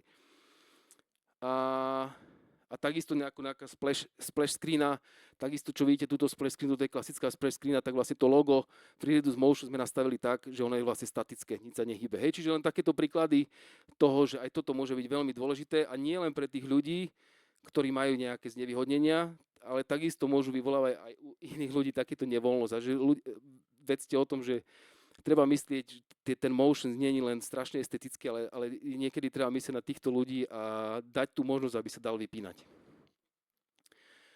Dostávame sa k nejakému sumáru. Niečo z toho, čo som už aj spomínal minule. Chcem len, aby sme si všetci uvedomili, ktorí sme tu, že tá prístupnosť, treba sa aj venovať nejakým spôsobom. Je to klasická štatistika, že až 1 zo 6 z nás trpí nejakým znevýhodnením. Či už je to zrakové, sluchové, kognitívne, motorické, hociaké. Je mnoho ľudí, samozrejme, že aj populácia starne, sú to aj starší ľudia.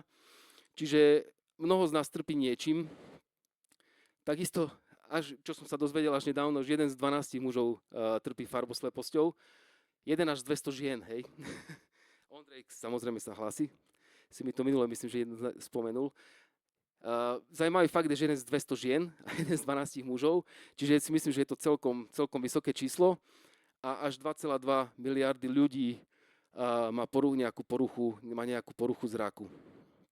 Čiže a treba takisto myslieť na to, že máme tu aj to situačné obmedzenia rôzne, či už je to, mám zlomenú ruku, alebo mám nejaké, neviem, hnisajúce oko, alebo neviem, svieti mi slnko na telefón a nevidím veľmi dobre a tak ďalej. Hej. Čiže mnoho situačných obmedzení takisto môže na toto vplývať a treba na nich dávať pozor. A takisto veľký počet userov vašich aplikácií, vašich produktov v podstate vpada do tejto skupiny. A tu len nejaký sumár na konci, to, čo som už aj spomínal, že myslíte na ľudí s rôznymi postihnutiami, myslíte na tie situačné obmedzenia, to ako na tej error hláške som ukazoval, tá červená nemala by byť farba, ktorá je jediným nosičom tej informácie, toho významu. Testujte aj s takýmito userami a skúšajte si v telefónoch aj na tých internetových stránkach, na browseroch, ako vám ukazoval, skúšajte si tie accessibility settingy, veľa vám to dá, skúste si voiceover, prejsť si tú aplikáciu a tak. A budete tak viacej, získate takú empatiu voči týmto userom. Nezabúdajte samozrejme na dark mode. Mnohé veci, ktoré my keď sme ho právali nielen v tom light mode, ale v dark mode, čiže v tmavom režime, tam takisto sme mali kopec failov. A takisto, ako som už spomínal, treba myslieť aj niekedy na tú accessibility versus usability. Design má pomáhať, to všetci vieme, nemá byť len pretty, niečo pekné. Accessibilita nie je nejaká funkcia, ale je to o tom kvalite dizajnu. Ja už som to aj minule spomínal, chcem, aby sme si všetci to uvedomili, že dizajnujeme pre používateľov, nie pre nás, nie len pre biznis, nie len pre ľudí, ale hlavne v neposlednom rade dizajnujeme pre ľudí. Ďakujem pekne.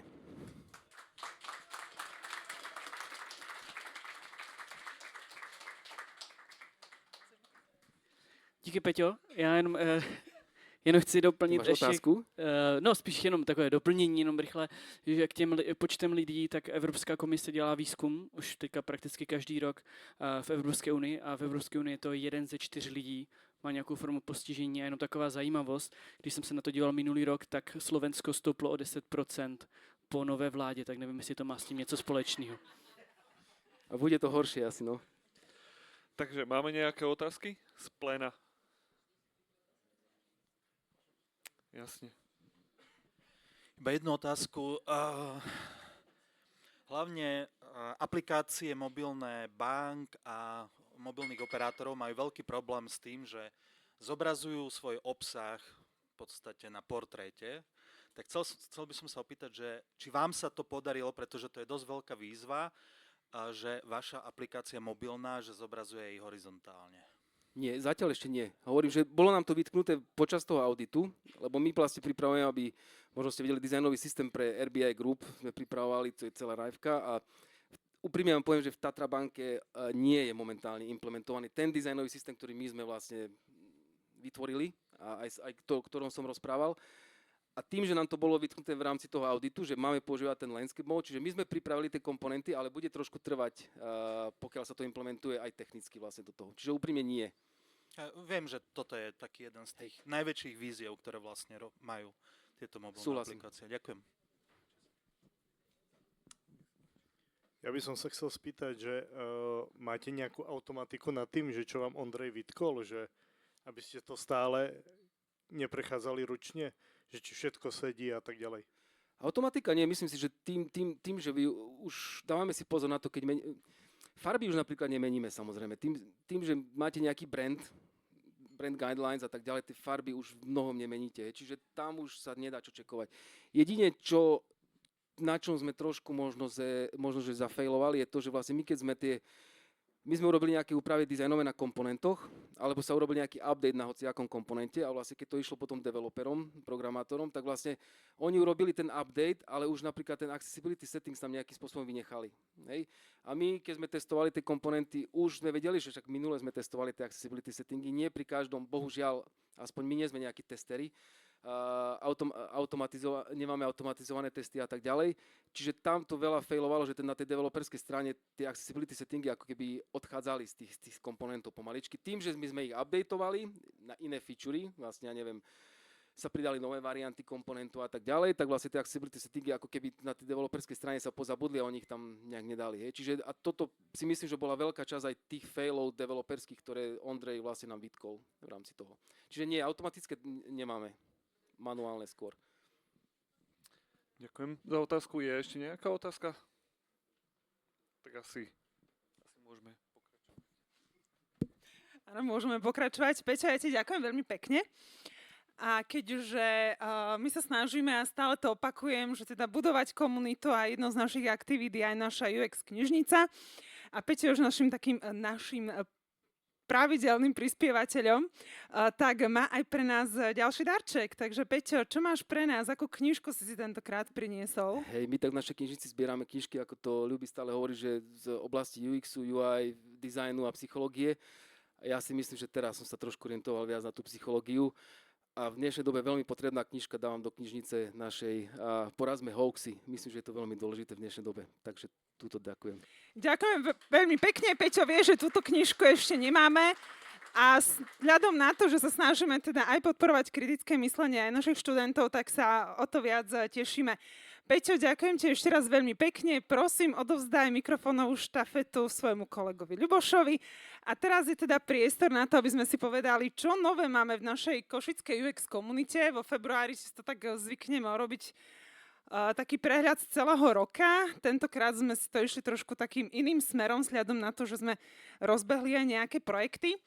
No a ja poprosím teda Ľuboša, aby mi spustil teda prvý slajd. Veľmi sa tešíme, že sa nám teda podarilo spustiť projekt GRID, ktorého teda cieľom je podporovať UX design už aj na základných školách. Zistili sme, že teda je to naozaj veľká potreba. Dostávali sme určité informácie od pedagógov zo základných škôl. No a prvou takou našou aktivitou bola súťaž GRID UX v rukách detí, do ktorej sa nám zapojilo 7 základných škôl z celého východného Slovenska, od Bardejova, Prešova, Jasova a podobne. A zapojilo sa nám 32 detí, ktorí mali teda navrhnúť aplikáciu, ktorá by zlepšila komunikáciu medzi ľuďmi.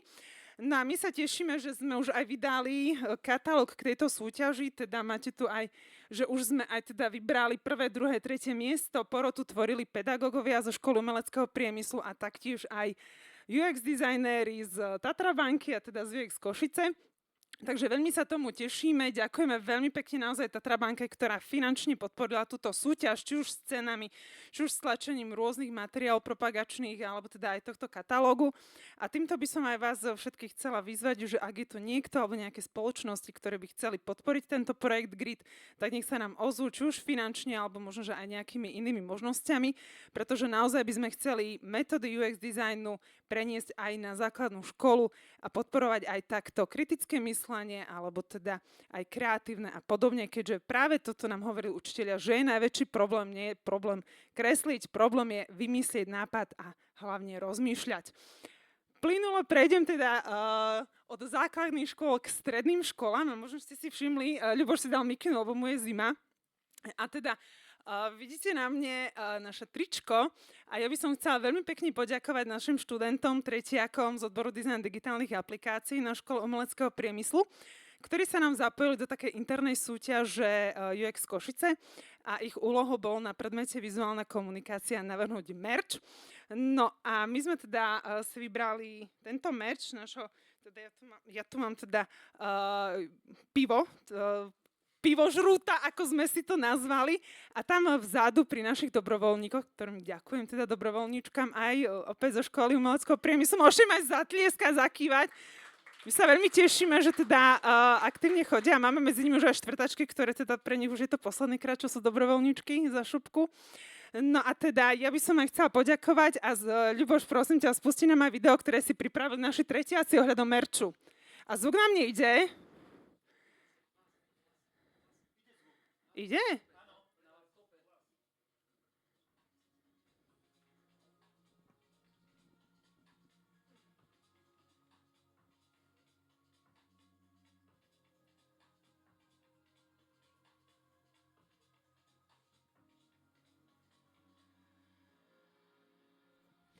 Video, keď ste teda nestihli, bude samozrejme zavesené na našich sociálnych sieťach, či už na UX Košice, alebo na dizajn digitálnych aplikácií, alebo na šupke. No pozrite, ide nám to ešte raz.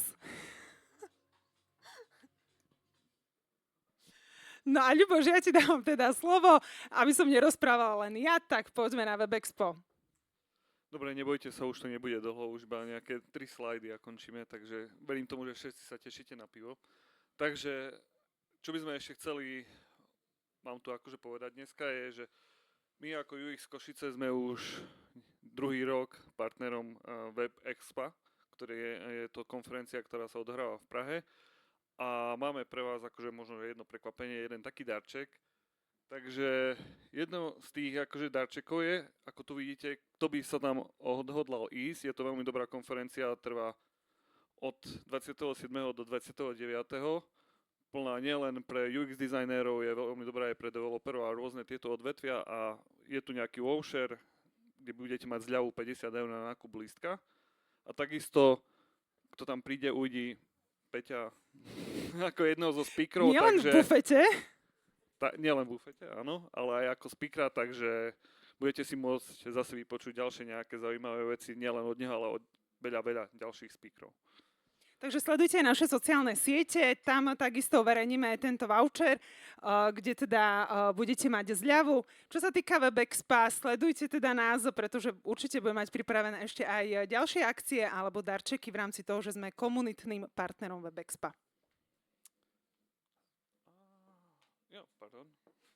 A ešte, keďže sa neúprosne blíži termín daňových priznaní, takže možno vás skúsime aj takto namotivovať, keďže ste vás tu dneska prišlo celkom hojne a kto ešte nevie, akú komunitu alebo koho by chcel podporiť, nielen svojich rodičov, keďže viete, že tohto roku už môžete podporiť aj svojich rodičov, ale aj darovať 2% nejakej organizácii, napríklad nám, tak môžete takisto.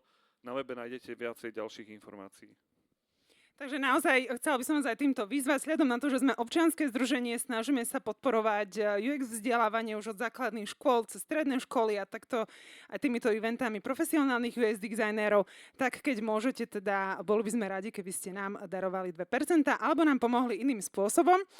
A ako už spomínal Ľuboš, tých slajdov už nemáme veľa, tak ja by som teda týmto chcela poďakovať celému nášmu tímu, že sme teda zorganizovali ďalšie UX pivo, takže samozrejme začnem teda ženskou časťou. Adrike, Lenka, Peťo, Ľuboš, Maci vzadu nám robí určite storky, za čo mu ďakujeme. A samozrejme ďakujem vám všetkým, že ste si našli čas, že ste prišli na náš ďalší vzdelávací event UX Pivo a verím, že sa so mnohými z vás uvidíme aj v reštauračnej časti. Samozrejme, už ako to teda u nás býva, my z organizačného týmu toto musíme najprv trošku pobaliť a potom sa vlastne premiestnime, takže kto by chcel počkať, takže buď môžete tu nás sa porozprávať aj s Ondřejom alebo s Peťom ohľadom accessibility, alebo potom v reštauračnej časti. Takže ďakujem veľmi pekne. Sledujte naše sociálne siete, pretože ako som spomínala, aj Peťová prednáška bude teda na našom YouTube a verím, že teda zostávame verní UX komunite. Takže ďakujem ešte raz veľmi pekne. Ďakujeme.